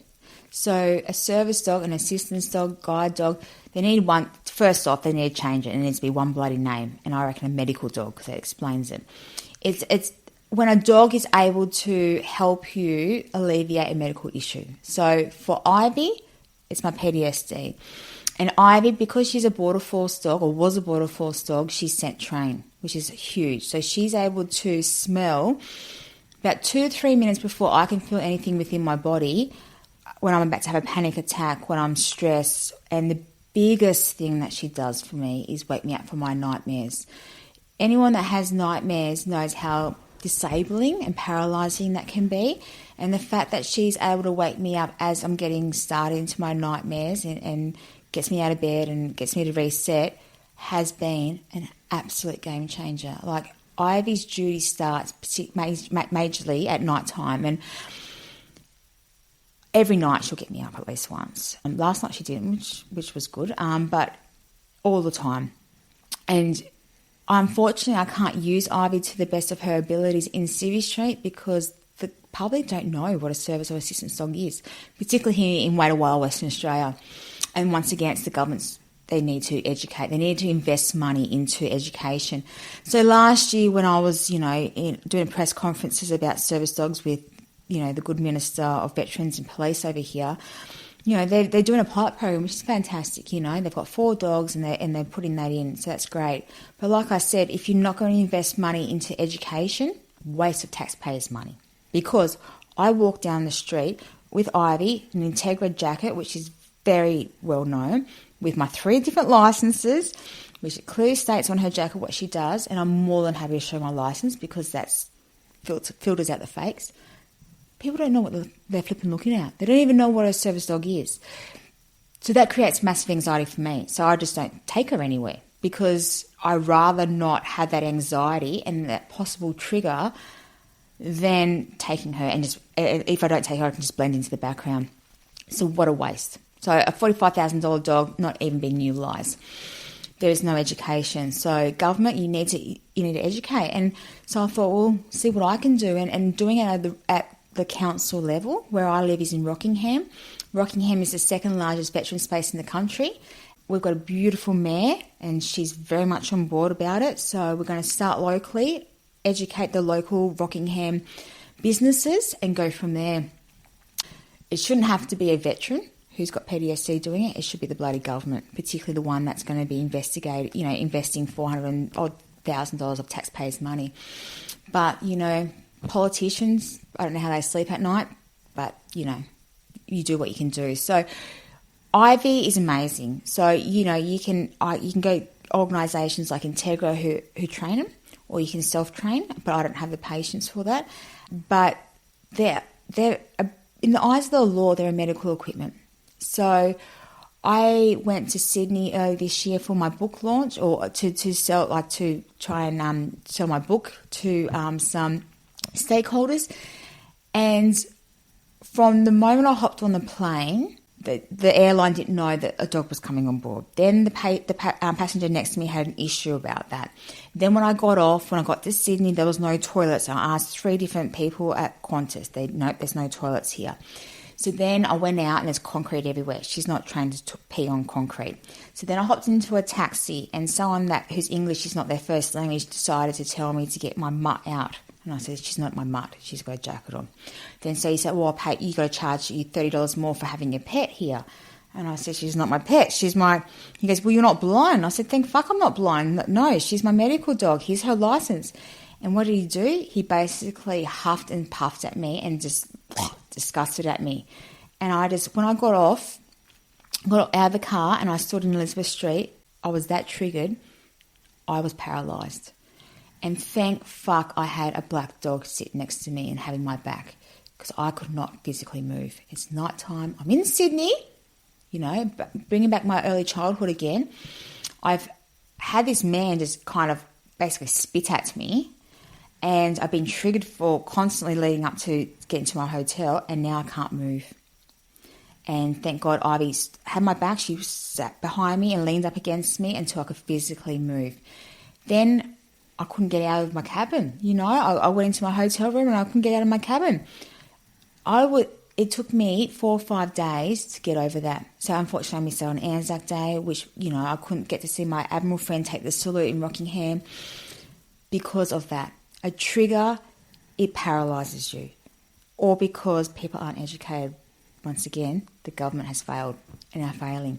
So invest. Don't waste our taxpayers' money here in Western Australia on, training up 4 dogs if you're not going to train up the society to go with it. So I'm very open about that. Very passionate too, I can see it. Very passionate, because these dogs save our lives, and it needs to be, you know what I mean? And if people coming up and patting them, and I'm talking the WA Governor General, we're talking about ministers of DVA, ministers of police and stuff, ex-veterans, they can't even read the sign that says do not touch. And these guys are in charge of service dogs and they don't even know the rules. Don't touch a dog with a jacket on because they're working. You're distracting them away from their handler. So a lot of education needs to go into it, because they are lifesavers. You know what I mean? Do you ask someone in a wheelchair, like my partner, from last year, no one ever asked him to clean his wheels before he went into a hotel. So why ask me, has your dog been, had her flea rinse? Well, it's stupidity like that you get. And when you're struggling to get to point A to point B, and you don't, and with PTSD, you kind of want to go to punching stations a few times. That is hard to deal with, And as a female, I get a lot, so what's wrong with you? Why have you got a dog? And I say as a female, because when I ask my male veterans, they said, if someone said that to me, I'll fucking headbutt them. So why do people feel the need to come up to me and say, well, what's wrong with you? You don't look broken. You're not blind. We need to educate. And it affects my kids. My kids then go, Mum, people are looking at us. Mum, why did that man come up to us? Why they say we're not allowed in this building? It affects them. And that's not fair on them.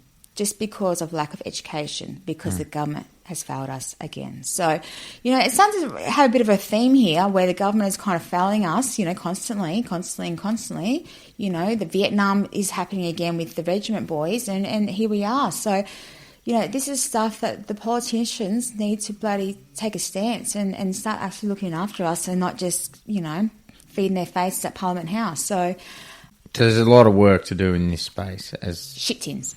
Yeah, and you're like, and I'm going to use a pun here, you're like a dog with a bone that you won't give up because you'll keep advocating, you'll keep pushing for change, and I know that you will get the education that the public needs to know and what these amazing animals do for veterans, and because I know you're you have dogged determination to keep going and going and going, and you will not take no for an answer, which is an absolute credit to you.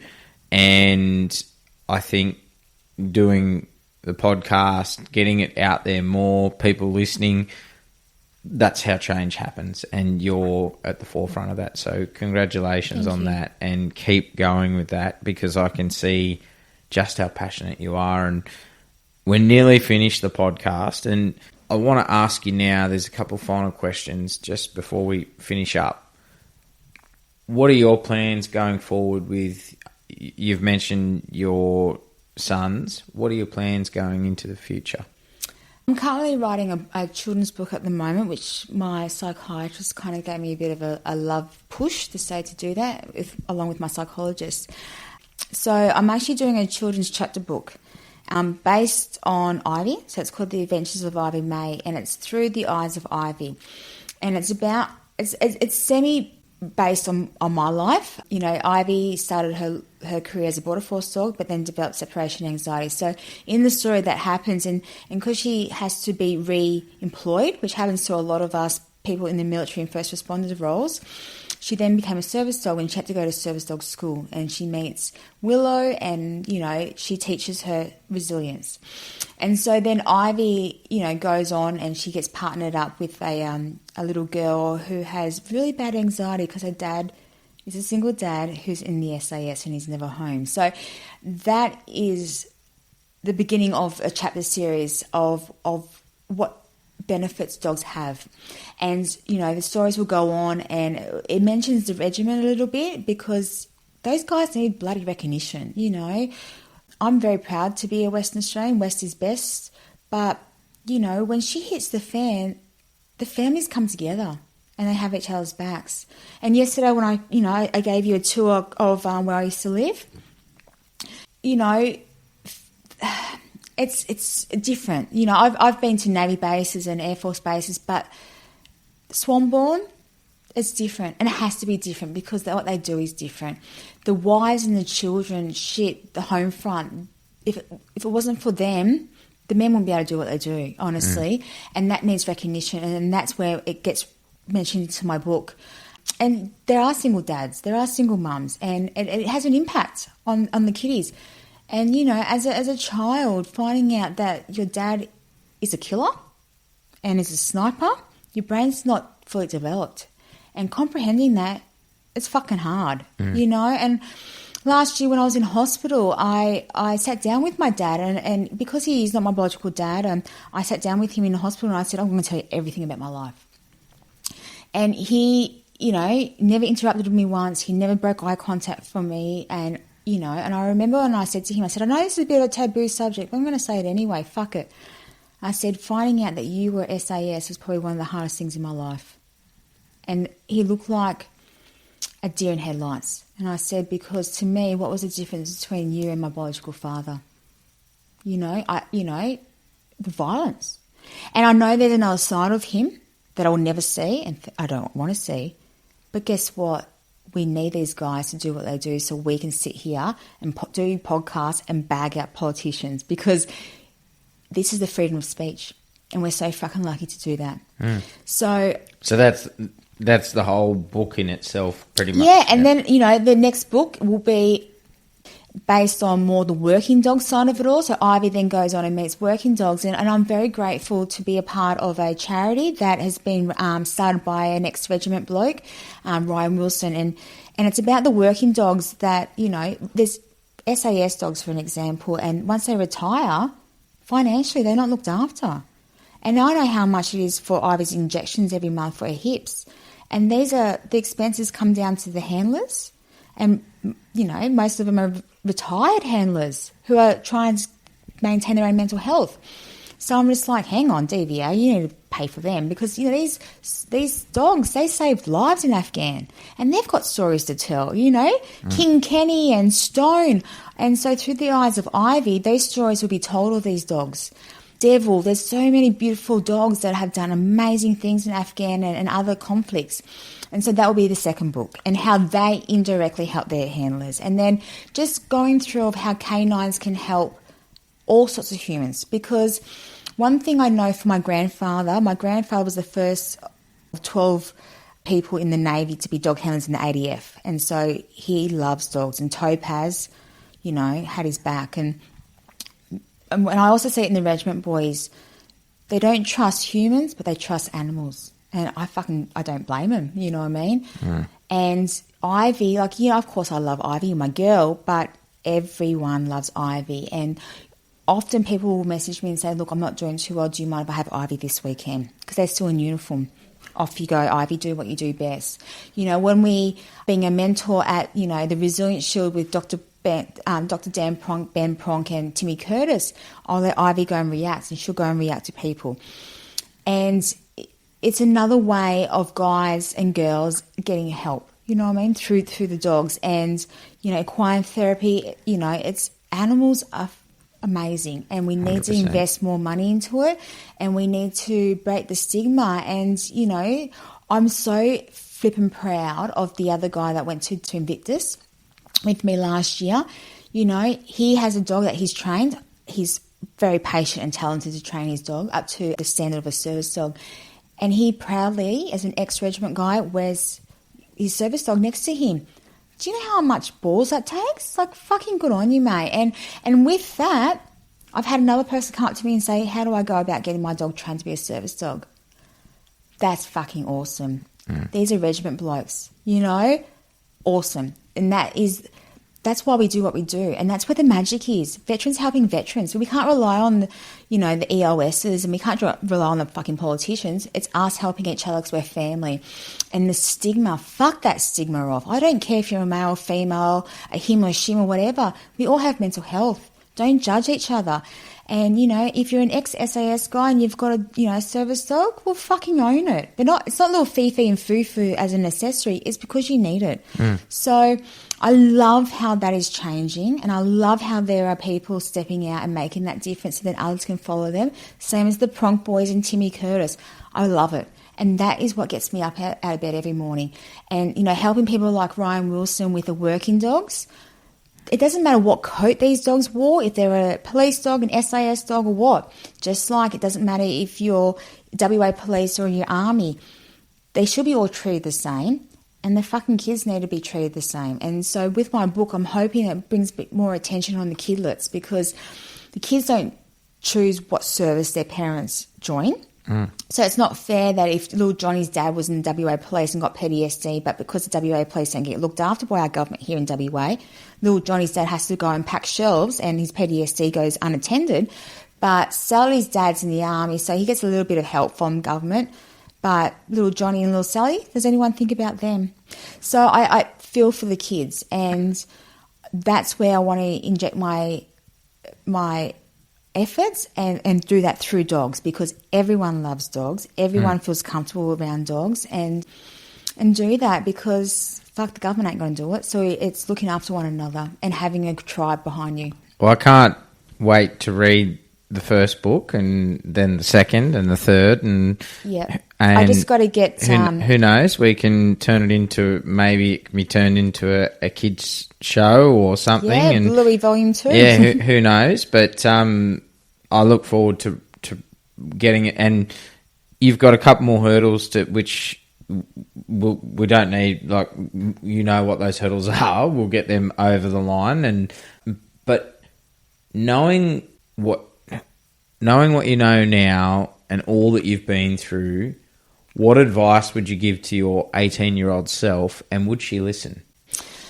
Well, my 18-year-old self was one step away from joining the Rebels bikie gang. So, because if I didn't get past my fitness test, that was where I was going, because I knew I needed to be looked after. So what advice I would give her is probably the advice that I got from Bill, my beautiful spiritual friend, whose son is the Admiral, and a beautiful friend of mine called Ruth.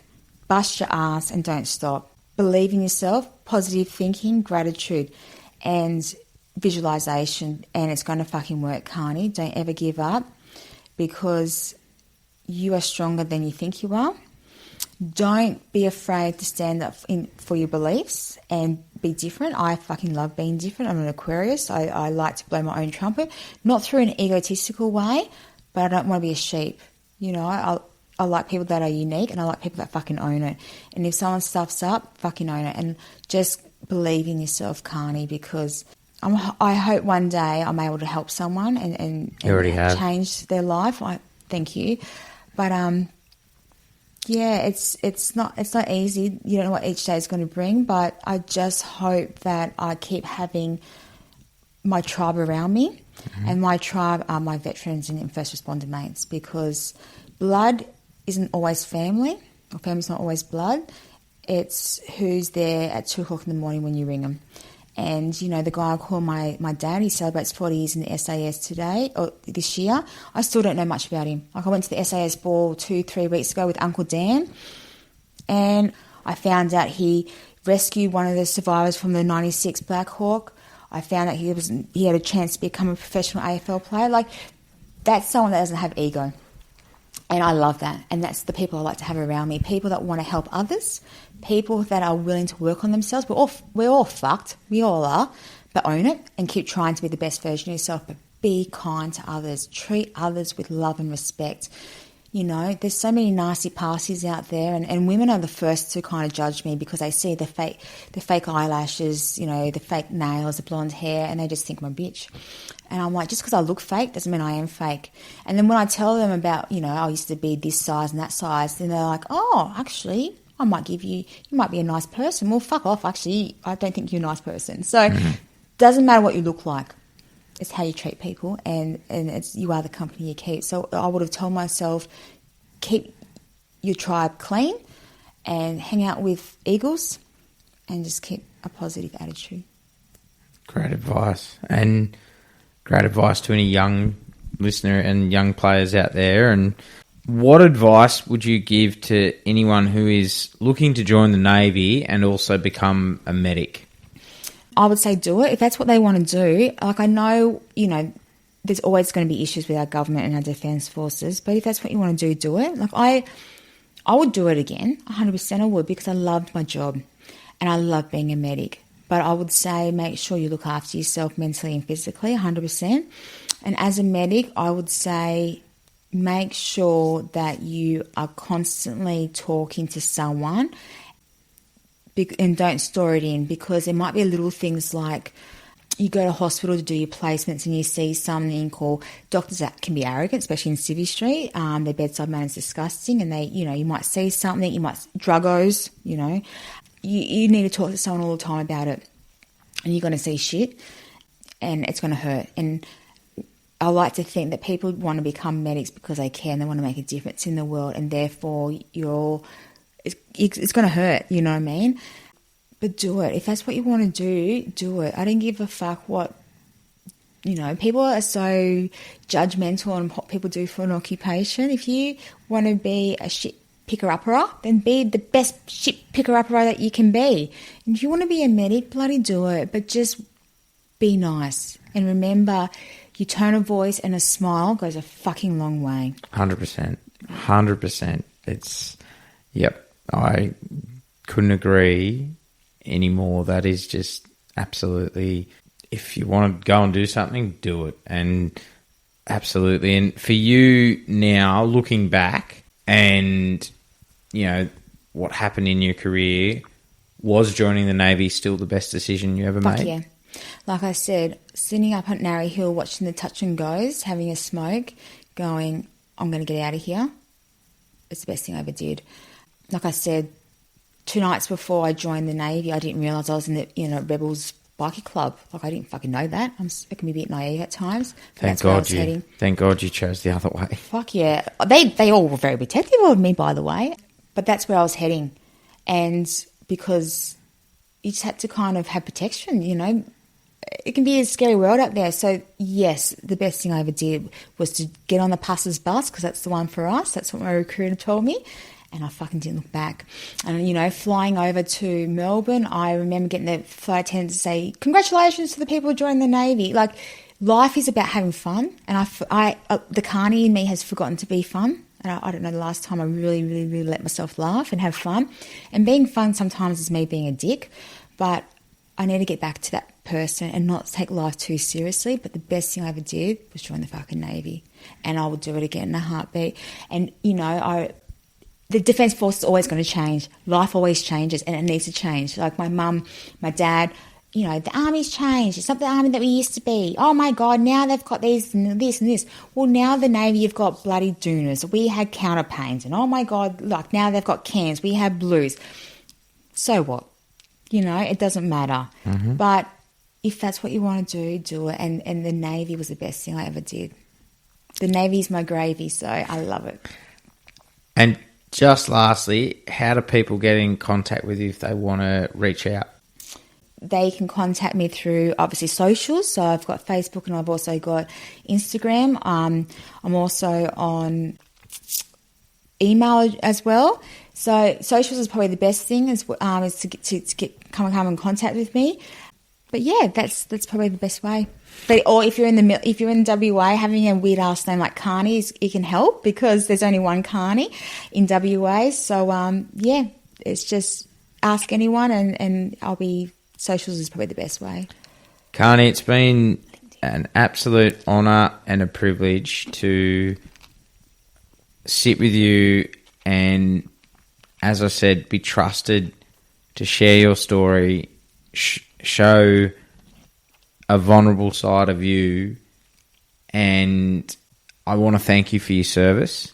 I want to thank you for what you do for veterans and for first responders, and it's just, as I said, it's just an honour to share your story, and this will touch so many lives and people out there who are struggling. Thank you for having the courage to come on and share your story. Thank you. I hope that I hope, if anything, talking about my sexual issues in the beginning of my life is, if anything, I hope it gives people the courage to speak up and not to feel dirty or broken or that they're a troublemaker or it was their fault, because that's the crap that we tell ourselves or we've been told by others.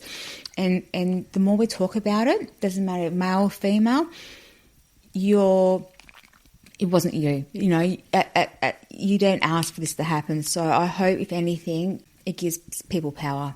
Absolutely. Thanks, Karney. Thank you for tuning in to this episode of True Blue Conversations with your host, Adam Bloom. See you on the front line.